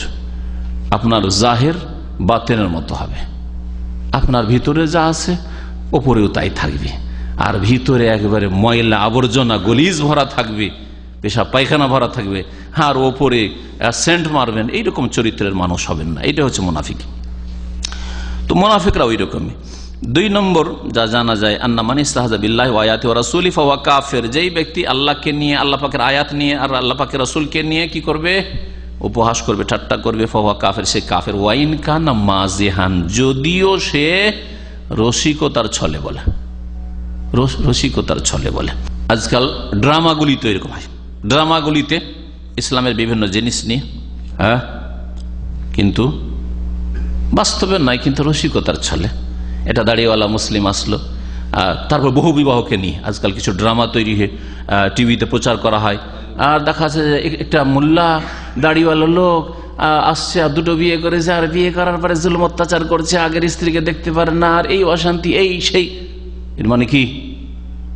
আল্লাহ পাকই জুলুম করেছেন। কারণ এইটা দেখানোর উদ্দেশ্য হচ্ছে যে আল্লাহ পাকের বিধান, আল্লাহ বলছেন যে তোমরা পারলে ইনসাফের সাথে শরীরের শক্তি থাকে, আর্থিক শক্তি থাকে, আর যে ইমানি শক্তি থাকে, ইমানি শক্তি মানে আদল ইনসাফ, ন্যায় নীতি অবলম্বন করবে, আর শরীরের শক্তি যাতে হক আদায় করতে পারো, আর ধন সম্পদের শক্তি যাতে দুটোকে খাওয়াইতে পারো, আর দুটোর বাল বাচ্চাকে খাওয়াইতে পারো, এই না শর্ত আছে। 3 নম্বর, আন্না যিকরা আফআলিল ফুসাক লিওয়ালাতিল উমুর, ফাসেক ফাজের পাপিষ্টরা যে অপরাধগুলি করে, অন্যায় কাজগুলি করে, সেগুলি দেশের দায়িত্বশীলদের কাছে উল্লেখ করা, লেয়ার দাউহুম, যাতে করে তাদেরকে শাসন করা হয়, লাইসা মিনাল গীবা ওয়ান নামিমা, এগুলি গীবতও না, পরনিন্দাও না, আর এগুলি নামিমা চুগলখড়িও না, বরং এটা জরুরি, জানাতে হবে। বাল হুয়া মিনান নাসিহাতি লিল্লাহ, বরং এটা কি আল্লাহর জন্য হিতাকাঙ্ক্ষী হওয়া, নাসিহা মানে হিতাকাঙ্ক্ষী হওয়া আরবিতে, ওয়ালি রাসূলিহি, রাসূলের হিতাকাঙ্ক্ষী হওয়া, ওয়ালি আইম্মাতিল মুসলিমিন, আর মুসলিম শাসকদের হিতাকাঙ্ক্ষী হওয়া, ওয়া আম্মাতিহিম, আর মুসলিম জনসাধারণের হিতাকাঙ্ক্ষী হওয়া। এটা একটা হাদিসের অংশ। আদ-দীনুন নাসিহা, আদ-দীনুন নাসিহা, আদ-দীনুন নাসিহা। নবী করিম সাল্লাল্লাহু আলাইহি ওয়াসাল্লাম বলছেন দিন হচ্ছে হিতাকাঙ্ক্ষী হওয়ার নাম, দিন হচ্ছে হিতাকাঙ্ক্ষী হওয়ার নাম, দিন হচ্ছে হিতাকাঙ্ক্ষী হওয়ার নাম। দিন ইসলাম মানে হচ্ছে আপনি হিতাকাঙ্ক্ষী হবেন, দুটো কথা, আদ-দীন আর নাসিহা। দিন হচ্ছে হিতাকাঙ্ক্ষী হওয়ার, নাসিহা, নসিহতের আরেকটা অর্থ হচ্ছে উপদেশ দেওয়া, এখানে উপদেশের অর্থে নেই। নাসায়ান সহ মানে অন্তর থেকে আপনি মানুষের কল্যাণ চাইবেন, আর নুস আল খুলুস। সাহাবারা জিজ্ঞাসা কি লেমানিয়া রাসূলুল্লাহ, কার জন্য হিতাকাঙ্ক্ষী হব? লেমানিয়া রাসূলুল্লাহ, কার জন্য হিতাকাঙ্ক্ষী হব? সহিহ বুখারী হাদিস, সহিহ মুসলিম হাদিস। কাল নবী সাল্লাল্লাহু আলাইহি ওয়াসাল্লাম লিল্লাহ, আল্লাহর হিতাকাঙ্ক্ষী হবে, সর্বপ্রথম আল্লাহর হিতাকাঙ্ক্ষী হবে। আল্লাহর যে হিতাকাঙ্ক্ষী হবে সে আল্লাহর দিনের কিছু ছাড়তে পারে, ফরজ অজব ঘাটতি করতে পারে, দিন শিখবে না, অবহেলা করবে? কখনো না। হ্যাঁ, আল্লাহর দিনের বিরোধিতা করবে? কখনো করবেন না। লিল্লাহ ওয়ালি কিতাবি, আল্লাহর কিতাবের কোরআনে কারীমের হিতাকাঙ্ক্ষী হবে। ওয়ালি রাসূলি, আল্লাহ পাকের রাসূলের হিতাকাঙ্ক্ষী হবে। ওয়ালি আইম্মাতিল মুসলিমিন, মুসলিম শাসকদের হিতাকাঙ্ক্ষী হবে।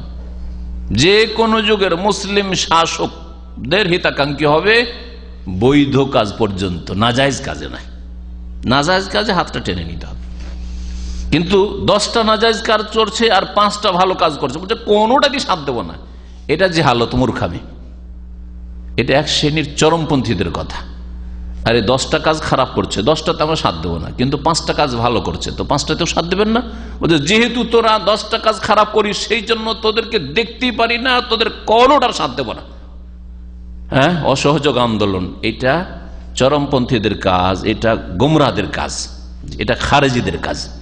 আর আহলে সুন্নাত ওয়াল জামাতের কাজ হচ্ছে যে যতদিন পর্যন্ত আল্লাহ রাসূলের আনুগত্য করছে শাসক, আর বাড়ির শাসক হচ্ছে বাপ মা, জি, আপনার প্রতিষ্ঠানের শাসক হচ্ছে আপনার মুদির ম্যানেজার, আপনার মালিক কফির স্পন্সর, হ্যাঁ, এইরকমই যে কোনো ক্ষেত্রে এইরকম স্ত্রীর শাসক হচ্ছে তার স্বামী। যতক্ষণ আল্লাহ এবং রসুলের আনুগত্যে আছে ততক্ষণ তার সাথে আছি, হিতাকাঙ্ক্ষী আছি। আর যখন দেখবো আল্লাহ রসুল নাফরমানি করলো, স্বামীও যদি নাফরমানি করে তোমার সাথে নেই এই কাজে আমি, বাপ মা নাফরমানি করে তোমার সাথে এই কাজে নেই আমি, সরকার নাফরমানি করে তোমার সাথে এই কাজে নেই, কিন্তু সব কাজে নেই, সেই জন্য তাদের বিরুদ্ধে বেরিয়ে যেটা উল্টে পাল্টে রেখে দিতে হবে। এটা আহলে সুন্নাত ওয়াল জামাতের তরিকা। তারপরে নবী সাল্লাল্লাহু আলাইহি ওয়াসাল্লাম আরেকটা বলেছেন, কি বলেছেন? ওয়ালি আম্মাতিহিম, এমনকি জনসাধারণ, যে কোনো মুসলিমের হিতাকাঙ্ক্ষী হবে, যে কোনো মুসলিমের, আম্মাতুল মুসলিমিন, যে কোনো মুসলিমের হিতাকাঙ্ক্ষী হবে। একজন গরিব মুসলিমের হিতাকাঙ্ক্ষী, একজন ধনী মুসলিমের হিতাকাঙ্ক্ষী। এমন নয়, কিছু লোক আছে গরিবকে খুব ভালোবাসে আর ধনীকে দেখলে অ্যালার্জি, নেতাকে দেখলে অ্যালার্জি, ওইটাও না। আর আরেক শ্রেণীর লোক আছে আবার, যার চাঁদিতে মাথাতে তেল আছে, ও তেলের মাথায় তেল ডালে। পয়সাওয়ালাকে দেখলে ওর হিতাকাঙ্ক্ষী, আর নেতাকে দেখলে তার হিতাকাঙ্ক্ষী, গরিবের খোঁজ খবর রাখে না। দুটোই ভুল পথে আছে। আমরা সকলের হিতাকাঙ্ক্ষী, আর হিতাকাঙ্ক্ষী এই জন্য সবগুলিকে তৌহিদ আর সুন্নতপন্থী করতে চাই। হিতাকাঙ্ক্ষী এই জন্য সবগুলিকে দিন ইসলামে আহ্বান করি, হ্যাঁ, কোরআন সুন্নাহর দিকে আহ্বান করি। হিতাকাঙ্ক্ষী এই জন্যই তাদেরকে নামাজ আদায় করতে বলি। হিতাকাঙ্ক্ষী সেই জন্য তাদেরকে জাহান্নামের রাস্তা থেকে বাঁচতে বলি, সুদ, ঘুষ, বেঈমানি, আত্মসাৎ, দুর্নীতি, সমস্ত পাপ থেকে বাঁচতে বলি, তাই না? কারণ তার দীর্ঘ জীবনের বা চিরজীবনের, দীর্ঘজীবন না, চিরজীবনের শান্তি কামনা করি। আজকে দুনিয়ার কিছুদিন শান্তি ভোগ করবে, খুব শরীরকে আরাম দেবে, আর বেশি টাকা পয়সাওয়ালা হবে, কিন্তু জাহান্নামে যে চলে যাবে, তো জাহান্নামে যেতে দিতে চাই না। এর চাইতে বড় হিতাকাঙ্ক্ষী আর কি হইতে পারে? অমুসলিমকে ইসলামের দাওয়াত দেওয়া হচ্ছে তাদের হিতাকাঙ্ক্ষী হওয়া, মনে রাখবেন। কারণ তাদের স্থায়ী জগতে চিরকাল জাহান্নামে থাকবে এই লোক। আদম সন্তান হওয়ার দিক থেকে তো আমার ভাই, যদিও সে দিনই ভাই নয়, কিন্তু আদমের সন্তান হওয়ার দিক থেকে তো এক আদম থেকে সেও আর আমিও, সে হিন্দু হইল আর খ্রিস্টান ইহুদি হইল, তাই না? তাহলে আমি জান্নাতের পথে আর সে জাহান্নামে কেন যাবে? সে মরলেই জাহান্নামে চিরকাল থাকবে, কেন তাকে জাহান্নামে যেতে দেব না? নবী করিম সাল্লাল্লাহু আলাইহি ওয়াসাল্লাম এই কথাই বলেছেন যে আমার উদাহরণ মানুষের সাথে, যারা শিরক কুফরি করেছে তাদের সাথে হচ্ছে যে তাদেরকে দৌড়ে, কোমরটাকে দৌড়ে টেনে নিয়ে আসছি, আর ওরা ঝাঁপ দিতে যাচ্ছে আগুনে। কিসের মতো? পাখিওয়ালা, কি বলা, পাখাওয়ালা, ডানাওয়ালা, কীট পতঙ্গের মতো। সে ওই পাখি হোক, ওই হোক অথবা পাখি বলছি, ওই হোক, ওই পোকা হোক অথবা অন্য কিছু হোক, অন্য কিছু হতে পারে। সাধারণত ওই পোকা আমাদের দেশে, কিন্তু যে কোনো জিনিস হইতে পারে, আর কিছু হইতে পারে, যে বুঝতে পারে না যে আগুনে কি হবে, ডানা আছে, যাচ্ছে ঝাঁকে ঝাঁকে লাভ দিচ্ছে ওইদিকে। তো নবী করিম সাল্লাল্লাহু আলাইহি ওয়াসাল্লাম বলছেন যে যারা অবুঝ জাহান্নামের পথে রয়েছে, ওরা হচ্ছে ওই রকম কীট পতঙ্গের মতো যেগুলি আগুনে ঝাঁপ দিতে যাচ্ছে, আর আমি তাদেরকে ধরে ধরে টেনে নিয়ে আসছি। হিতাকাঙ্ক্ষী, সবচাইতে বেশি হিতাকাঙ্ক্ষী নবী করিম সাল্লাল্লাহু আলাইহি ওয়াসাল্লাম। 4 নম্বর বিষয় হচ্ছে যে আল্লাহ এবং রাসূলের দুশমনদের সাথে কঠোরতা অবলম্বন করতে হবে, নম্রতা নয়। মুহাম্মাদুর রাসূলুল্লাহ ওয়াল্লাযীনা মাআহু আশিদ্দাউ আলাল কুফফারি রুহামাউ বাইনাহুম। মুহাম্মদ সাল্লাল্লাহু আলাইহি ওয়াসাল্লাম এবং তার সাথী সঙ্গীরা কেমন আদর্শের? আশিদ্দা আলাল কুফফার, আল্লাহদ্রোহী কাফেরদের ক্ষেত্রে শক্ত, রুহামাউ বাইনাহুম, আর আপোষে যদিও মতবিরোধ থাকে, মাসলা মাসাইল ইখতিলাফ থাকে, আর কিছু বিষয়ে অস্পষ্টতা থাকে, তার সাথে আমার মতে মিলছে না, তার সাথে কথাই মিলছে না, যুক্তিতে মিলছে না, তারপর রুহামা, পরস্পর দয়াশীল হওয়ার চেষ্টা করবে। এর বিপরীত যত কুফরির ফতোয়া সব মুসলিমদের ওপর, বিদাতীদের যত কুফরির ফতোয়া সব মুসলিমদের ওপর, আর ওদেরকে ভুলে গেছে। কেউ যদি সহি নামাজ পড়ে তাতে মাথা খারাপ, আর কেউ যদি নামাজ না পড়ে কোনো ব্যাপার না, কোনো ব্যাপার না। মসজিদের সামনে বসে আছে, একবারও বলবে না যে তুই নামাজ কেন পড়লি না, কিন্তু নামাজ পড়তে এসে যদি অফেদেন করে দেয়, আমিন যদি জোরে বলে দেয়, মোনাজাত যদি ওদের সাথে না ধরে, তাহলে একে রাখা যাবে না, মসজিদে চড়তেই দেওয়া যাবে না, আর মসজিদে আসবেন না, নাহলে হাত পা ভেঙে দেবো, তাই না? করছে না? জি হ্যাঁ, আয়াতকে উল্টে দিয়েছে, আয়াতকে একবার উল্টে দিয়েছে। রাসূলুল্লাহ সাহাবায়ে কেরাম আশিদ্দা আলাল কুফার রুহামা বাইনাহুম, এরা আশিদ্দা আলাল মুমিনিন আর রুহামা আলাল কুফার। আয়াতের বিপরীত আমল চলছে। রাসূলুল্লাহ সাল্লাল্লাহু আলাইহি ওয়াসাল্লাম মুনাফিক বারবার ওযর পেশ করছে, কঠোরতা অবলম্বন করছেন। যেখানে কঠোরতা অবলম্বন করলে সংশোধন হবে, সেখানে কঠোরতা অবলম্বন করতে হবে। প্রত্যেক ভুলকারীর সাথে আপনি কঠোরতা অবলম্বন করবে, এটাও শিক্ষা ইসলামের নয়। যদি দেখা যায় যে এর সাথে নম্র ব্যবহারের মাধ্যমে এর সংশোধন হবে, তাহলে সেটাই করবেন। আপনি একজন চিকিৎসক, আপনি রুহের চিকিৎসক, আপনি হৃদয় কলবের চিকিৎসক, শরীরের চিকিৎসক, ডাক্তার, মাথা থেকে পা পর্যন্ত তার স্টাডি করার পরে কোন ওষুধটা তার জন্য নির্ণয় করতে হবে চিন্তা করে, আর আপনি একটু চিন্তা করবেন না যে এর সাথে শক্ত ব্যবহার করতে হবে না নরম ব্যবহার করতে হবে? অবশ্যই আপনাকে এটা নির্ণয় করতে হবে। 5 নম্বর, ইন্না মিনাল আযারি মা লা ইয়ানবাগি কাবুলাহ। এই হাদিস দ্বারা জানতে পারলাম যে এমনও কিছু ওজর রয়েছে, যদি কেউ ওজর পেশ করে তো সেটা কবুল করা, গ্রহণযোগ্য মনে করা উচিত নয়। নবী সাল্লাল্লাহু আলাইহি ওয়াসাল্লাম মুনাফিকের ওজর কবুল করলেন না, অথচ সে ওজর পেশ করছিল।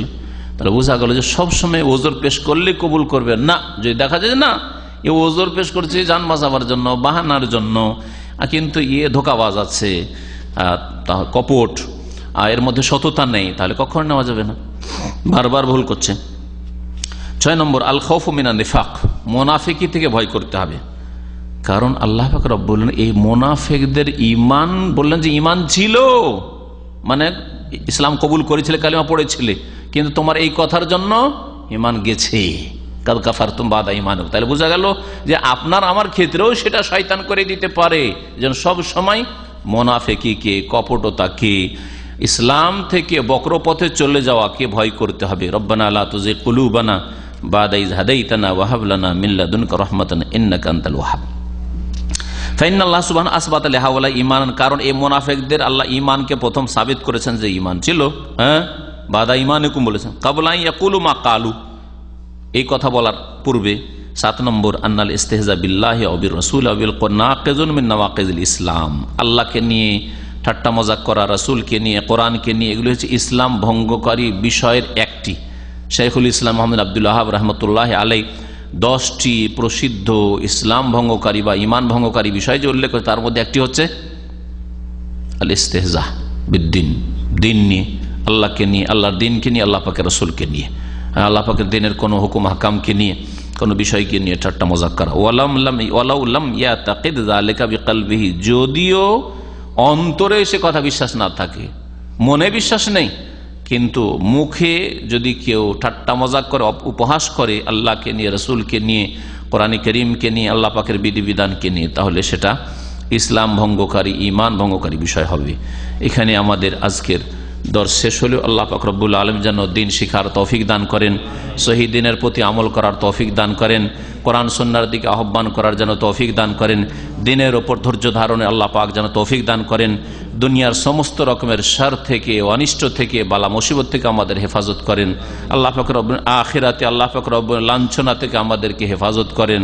আল্লাহ পাক যেন দুনিয়াতেও সম্মানিত করেন, আখিরাতেও সম্মানিত করেন, জাহান্নামের আযাব থেকে আমাদেরকে মুক্তি দান করেন। আল্লাহ পাক রব্বুল আলামিনের কাছে দোয়া করি যে সব ভাইরা এখানে আজকে হাজির হয়েছেন, যে সব ভাই বোনেরা অনলাইনে আমাদের কথা শুনছেন, আল্লাহ পাক তাদের উপর রহম করেন, তাদের মাতা পিতার উপর রহম করেন, আত্মীয় স্বজনদের উপর আল্লাহ পাক রহম করেন, যারা তাদের মধ্যে গুমরাহ পথভ্রষ্ট তাদেরকে হিদায়াত দান করেন।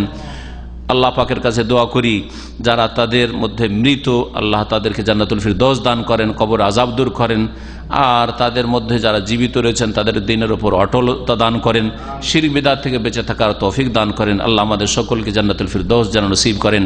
ওয়া সাল্লাল্লাহু আলা নবিয়িনা মুহাম্মদ ওয়া আলা আলিহি ওয়া সাহবিহি আজমাইন। আমাদের এক ভাই আতাউর রহমান সাহেব আল বাদিয়ায় থাকেন, ফ্যামিলি নিয়ে, ওনার আব্বা ইন্তেকাল করেছে, দোয়া চেয়েছেন আমাদের এক ভাই। তো আল্লাহ পাক যেন তার রহম করেন, আর মৃত্যুকে আল্লাহ পাক জান্নাতবাসী করেন, আর মৃত্যুর আত্মীয় স্বজন আপনজনদেরকে আল্লাহ পাক যেন ধৈর্য ধারণে তৌফিক দান করেন, তার গুনাহ খাতা ভুল ভ্রান্তি আল্লাহ পাক যেন মাফ করে দেন। তাবলীগ ইজতেমায় যাওয়া কি জায়েজ, এক ভাই জিজ্ঞেস করেছেন। তাবলীগ ইজতেমায় যাবেন কি উদ্দেশ্যে? যদি বলেন যে আমি দিন শিখার উদ্দেশ্যে, সহি দিন শিখানো হয় না, সহি দিন সেখানে শেখানো হয় না, কারণ দিন শিখার উৎস হচ্ছে কোরআন এবং সহি সুন্নাহ, সহি হাদিস, কোরআন এবং সহি হাদিস সেখানে শেখানো হয় না। তাতে শেখানো হয় ফাজাইল আমল, তাতে সহি হাদিস আয়াতের সাথে সাথে জয়ীব জাল কিচ্ছা কাহিনী এসব রয়েছে। আর সেটা একটা সুফি দল, যে হ্যাঁ সুফি বিদআতপন্থী দল, সুতরাং সেই দল কখনো সহি রাস্তা আপনাকে দেখাবে না, সহি রাস্তায় নিয়ে যাবে না। সুফিয়াতের প্রচারের জন্য যেমন মৌলানা ইলিয়াস সাহেব বলেছেন যে আমার আন্তরিক ইচ্ছা যে কর্মপদ্ধতিটা আমার হোক, ভূমিকায় দেখবেন, হ্যাঁ তাদের তো কর্মপদ্ধতি আমার হোক, আর জ্ঞান এলম কার হোক? আশরাফ আলী থানভী হাকিমুল উম্মতের হোক। তার মানে আশরাফ আলী থানভী সাহেব যে ধর্মীয় মতবাদ পেশ করেছেন, তার যে শিক্ষা রয়েছে, সেই শিক্ষা হচ্ছে হানফিয়াত, তাকলিদ আর সুফিয়াত, সুফিইজম এবং হানফি মযহাবের গোঁড়া একজন মুকাল্লিদ হওয়া, এই দুটো টার্গেট তার শিক্ষার, এই দুটোর বাস্তবায়ন হচ্ছে তাবলীগ জামাতের লক্ষ্য উদ্দেশ্য। সুতরাং সেখানে গিয়ে কখনো আপনি কল্যাণ পাবেন না। এই জন্য আমি মনে করি যে সেখানে যাওয়া কোনো সওয়াবের কাজ নাই, বরং সেখানে গিয়ে অনেকে গুমরাহ হচ্ছে যখন মিথ্যা কিচ্ছা কাহিনী শুনছে, এই কেরামতি আর সেই কেরামতি, আর অনেককে বলতে শুনছে মূর্খ মানুষরা যে আমরা গরিব মানুষ, আরাফা যেতে পারি না, তো এখানে 3 বার আসলে হজের সওয়াবের আশা রাখি। এগুলি প্রচার মাধ্যম, টিভিওয়ালারা তাদের সাক্ষাৎকার নিয়েছে, সেটা আমি নিজের কানে শুনেছি, বলছে লোকেরা যারা খেদমত করছে ওইখানে। তো কথা হচ্ছে যে এই গুমরাহি থেকে বাঁচার জন্য দিন শিখেন, নিজের বাড়িতে, নিজের বাড়ির আশেপাশে কোরআন সুন্নাহর কথা যেখানে শেখানো হচ্ছে দিন শিখেন। জি, আজকাল ইন্টারনেটে সহি দিন কোরআন সুন্নাহ ভিত্তিক শিখার ব্যবস্থা রয়েছে, তাই শিখুন। আর সংশোধনের জন্য সংশোধন কোনো কথা শুনবে না, কথা বুঝতে পারছেন? কখন এই আশা করি না যে ওখানে গিয়ে আমি তাদের সংশোধন করবো বা ওখানে গিয়ে তাদের ভুল ধরবো। আপনি কি ভুল ধরবেন? গিয়ে যারা ভুল ধরবে তাদের কথা শুনবে না, তো আপনি কি ভুল ধরবেন? আপনি তাদের কিতাব পড়েন আর কোরআন হাদিসের সাথে মেলান, তাতেই ভুল ধরতে পারবেন বাড়িতে বসে বসে। বুকের নিচে বালিশ রেখে ঘুমানো, পেটের ভরে ঘুমানো, বুকের ভরে পেটের ভরে ঘুমানো জায়েজ নাই। ইন্না হাযিহি জিজাতু আহলিন নার, এটা জাহান্নামীদের শোয়ার তরিকা। জাহান্নামীদেরকে মুখের ভরে ফেলা হবে, জ্বলতে থাকবে। আর আরেকটা হাদিস রয়েছে, ইন্না হাযিহি জিজাতুন লা ইউহিব্বুহাল্লাহ, আল্লাহ পাক এইরকম শোয়া পছন্দ করেন না, ঘৃণা করেন। সুতরাং পেটের ভরে বুকের ভরে অনেকে শুয়ে থাকেন গা পাড়া দিয়ে এরকম করে, হ্যাঁ, এইভাবে শোয়া ঠিক নয়, মাকরুহ, অপছন্দনীয়, আর স্বাস্থ্যের জন্য চরম ক্ষতিকর, আর মৃত্যুকে ঘনিয়ে নিয়ে আসে। এটা সায়েন্টিফিক কথা। কিছুদিন আগে আমি আরবি একটা এতে পড়লাম, গবেষণায় পড়লাম, যারা বুকের ভরে বেশি বেশি শয় তাদের আয়ু কমে যায়, হার্ট অ্যাটাকের ঝুঁকি খুব বেশি থাকে। জি, সবচাইতে উত্তম শোয়া হচ্ছে যেভাবে নবী সাল্লাল্লাহু আলাইহি ওয়াসাল্লাম শুয়েছেন, ডান দিকে কাত হয়ে শোয়া, আর মাথার তলায় আপনার হাতটা দিয়ে। আর একটা হয়তো বলতে চাইছেন আমাদের প্রশ্নকারী ভাই যে বুকে বালিশ নিয়ে মানে কোল বালিশ নিয়ে। আমি মনে করি কোল বালিশ নিয়ে শোয়াটাও ভালো কাজ নয়, বিশেষ করে অবিবাহিতদের জন্য, কারণ এতে চরিত্রের অবনতি ঘটতে পারে। অথবা বিবাহিত কিন্তু বউ নেই, স্ত্রী সাথে নেই, সব প্রবাসী, আর বালিশ নিয়ে ঘুমাচ্ছেন, আর তখনও ধ্যান আসে যে বালিশই হয়তো আমার বিবি সাহেবা, বুঝতে পারছেন। যার ফলে আমি এই শোয়াটাও ঘৃণা করি। আমার প্রথম দিকে শ্বশুর বাড়িতে প্রথম যখন নতুন জামাই হয়ে গেছি, তো কোল বালিশ একটা বিষয় থেকেছে, কখনো নেই। কোল বালিশটা একটা ফ্যাশন, খুব বেশি স্পেশাল মেহনত আছে। তারপরে এই বিভিন্ন হোটেলগুলোতে থেকে এলাম, প্রত্যেকটা হোটেলে কোল বালিশ থাকে, কখনো কোল বালিশ ব্যবহার করি না। অথচ আমি সেখানে গিয়ে ব্যাচেলার থাকি, কখনো না। চরিত্রের অবনতি ঘটতে পারে, হয় এরকম আর কি, হতে পারে। জি, শয়তান চান্স নেবে। কালেমা পড়ার ক্ষেত্রে আপনি পড়লে আশহাদু দিয়ে পড়েন, সবচেয়ে ভালো, ইখতিলাফ মুক্ত হয়ে যান। আশহাদু আল্লা ইলাহা ইল্লাল্লাহ ও আশহাদু আন্না মুহাম্মাদান রাসূলুল্লাহ বা আবদুহু ওয়া রাসূলুহু, দুই রকম পড়তে। রাসূলুল্লাহ বলতে পারেন, আশহাদু আন্না মুহাম্মাদান রাসূলুল্লাহ ওয়া আশহাদু আন্না মুহাম্মাদান আবদুহু ওয়া রাসূলুহু। আসলে এটা আমাদের এই মগজে এই জন্য ঢুকেছে যে কলমা 5 কলমা। প্রথম কলমা তাইয়্যিব লা ইলাহা ইল্লাল্লাহ মুহাম্মাদুর রাসূলুল্লাহ, দ্বিতীয় কলমা আশহাদু আল্লা ইলাহা ওয়া আশহাদু আন্না মুহাম্মাদান আবদুহু ওয়া রাসূলুহু, তিসরা কলমা তামজিদ, চৌথা কলমা তাওহীদ। এইসব বানানো কথা, এসব বুঝতে পারছেন। যার ফলে এইসব সংশয় এসছে। আর না হলে এইভাবে শাহাদাতের সাথে কালেমাটা পড়েন, তাহলে সংশয় থাকবে না, ইখতিলাফ থাকবে না, দ্বিমত থাকবে না। বাকি লা ইলাহা ইল্লাল্লাহ আর মুহাম্মদুর রাসূলুল্লাহ যদি পাশাপাশি বলা যায় তো জায়েজ না জায়েজ, এই ক্ষেত্রে কিছু লোকেরা বাড়াবাড়ি করে থাকে। আমাদের সৈয়দের ভাইদের এই বাড়াবাড়ি আমি পছন্দ করি না। এমন বাড়াবাড়ি পর্যন্ত যেটা শিরক হয়ে যাবে। আর শিরক কেন হবে? পাগল। লা ইলাহা ইল্লাল্লাহ একটা কালেমা, আর তারপর জুমলা মুস্তানিফা আলাদা কালেমা, মুহাম্মদুর রাসূলুল্লাহ দুটো আলাদা কালেমা। আর এর মানে থোড়া এটা হইলো অল্প বিদ্যা পড়ে আর বড় বড় ফতোয়া। লা ইলাহা ইল্লাল্লাহ মানে যিনি আল্লাহ উনি মোহাম্মদ, কোথায় এটা বোঝা গেল? এতে তো বোঝা যায় না। হ্যাঁ, পাশাপাশি আল্লাহ মোহাম্মদ থাকলে আল্লাহ মোহাম্মদুন, যদি এরকম হয় আল্লাহ মোহাম্মদ, ওখানে শিরকের আশঙ্কা আছে। কিন্তু লা ইলাহা ইল্লাল্লাহ, আল্লাহ ছাড়া কেউ সত্য মাবুদ নেই, একটা কালেমা হয়ে গেল। মুহাম্মদুর রাসূলুল্লাহ, মুহাম্মদ আল্লাহ পাকের রাসূল। আর এখানে শাহাদাত কথাটি উজ্জ আছে। আমরা অনেক কথাতে উজ্জ বলি, আরবি তো আছে, বাংলা তো আছে, উজ্জ থাকে না? দেশে যাবেন? হ্যাঁ, যাবো বা যাবো না? দেশে দেশে কথাটা তো বললেন না। কোথায় যাবেন তাহলে? কেন যাবো না বললেন? বা যাবো, কোথায় যাবেন? আপনি যেটা বললেন ঠিক না। তো কথা হচ্ছে যে এইরকম উজ্জ আছে প্রত্যেকটা এতে। তো কেউ যদি এখানে আশহাদু নাও বলে, তবু আশহাদু আর আছে। লা ইলাহা ইল্লাল্লাহ মানে আমি লা ইলাহা ইল্লাল্লাহ শাহাদাত দিচ্ছি। তবে জিকিরের ব্যাপার যখন আসবে, কেউ যদি বলে লা ইলাহা মুহাম্মাদুর রাসূলুল্লাহ জিকির করো, বলে না, এই জিকির নেই, মুহাম্মাদুর রাসূলুল্লাহ জিকির নেই, লা ইলাহা ইল্লাল্লাহ শুধু জিকির রয়েছে। জিকির করবে লা ইলাহা ইল্লাল্লাহ। নামাজের সময় না হলে কি নামাজ পড়া যাবে? কারণ নামাজের সময় যখন হয় তখন আমার ক্লাস থাকে না। সময়ের আগে, বিফোর টাইম কোনো নামাজ জায়েজ না। ফজর নামাজ ফজর আগে, জোহরের নামাজ জোহরের আগে, আসর নামাজ আসর আগে। একমাত্র জমার ক্ষেত্রে জোহর আসর জমা করা আর মাগরিব এশা জমা করা। তখন এশার টাইম হয়নি, মাগরিবের টাইমে পড়লেন জমা তাকদিম, অথবা আসরটাকে জোহরের টাইমে পড়লেন, জমা করলে চলবে। কিন্তু জমা করলেন না, জোহর পড়ে নিলেন, আর 1 ঘন্টা পরে ভাবছেন যে আমি তারে সফরে চলে যাবো, তা আসরটা পড়ে নি, জায়েজ নাই। এখন আর কোনো চান্স নেই আপনার জন্য। ভালো করে মনে রাখেন, জমা যখন করবেন তখন শরীয়তে পারমিশন আছে। নবী সাল্লাল্লাহু আলাইহি ওয়াসাল্লাম করেছেন জমা, সফরে করেছেন, বৃষ্টিতে, ভয়ে ইত্যাদি, এসব করতে পারেন আপনি শরীয়তের মাসলায়। কিন্তু আপনি এই যুক্তি পেশ করবেন যে যদি আপনি জমা করতে পারেন 12টার সময় জোহরের সাথে আসর, তো আমি আসরটাকে জমা করলাম না, 2টার সময় যদি পড়ে নি তো কেন পড়তে পারবো না? হ্যাঁ পারবেন না, কারণ এটা জমা হইল না। আর 2টার সময় আসর হয়নি, আর এটার পরই দামামে আসর হবে। হ্যাঁ, বোঝা গেছে? মক্কায় 3:30 বা 3:15 আসর হবে, সুতরাং তার আগে নামাজ পড়া জায়েজ হবে না আসরে, কিন্তু জমা করে নেন, অসুবিধা নেই। 12:30 12:15 মক্কায় জোহর হচ্ছে, ওই সময় আসর জমা করে নেন, মাগরিব সময় এসে জমা করেন, কোনো অসুবিধা নেই।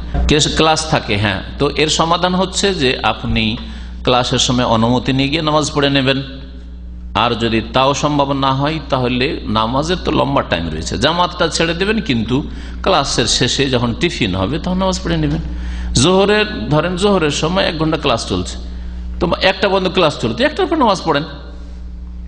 আমাদের বাচ্চারা কখনো কখনো এরকম হয়, মেয়েদের স্কুলগুলোতে এরকম হয় যে অনেক সময় ওখানে হয়তো নামাজ পড়ায়নি, 1টার সময় ছুটি আসে, 1টা এসে বাসায় নামাজ পড়ছে, হইতে পারে মাঝে মধ্যে এরকম হয়ে যায় কখনো, যদি ওখানে নামাজ পড়ার ব্যবস্থা আছে, কখনো কখনো হইতে পারে। বিশেষ করে প্রাইমারিতে যেসব ছেলে মেয়েরা থাকে ওদের ক্ষেত্রে এরকম হয়, হয়তো নামাজ পড়ায় না কোনো মাদ্রাসায়, আজকে ছুটি দিয়ে দিয়েছে, অথচ নামাজের টাইম হয়ে গেছিল, এসে নামাজ পড়ছে, জামাত পায়নি, কখনো এরকম হইতে পারে।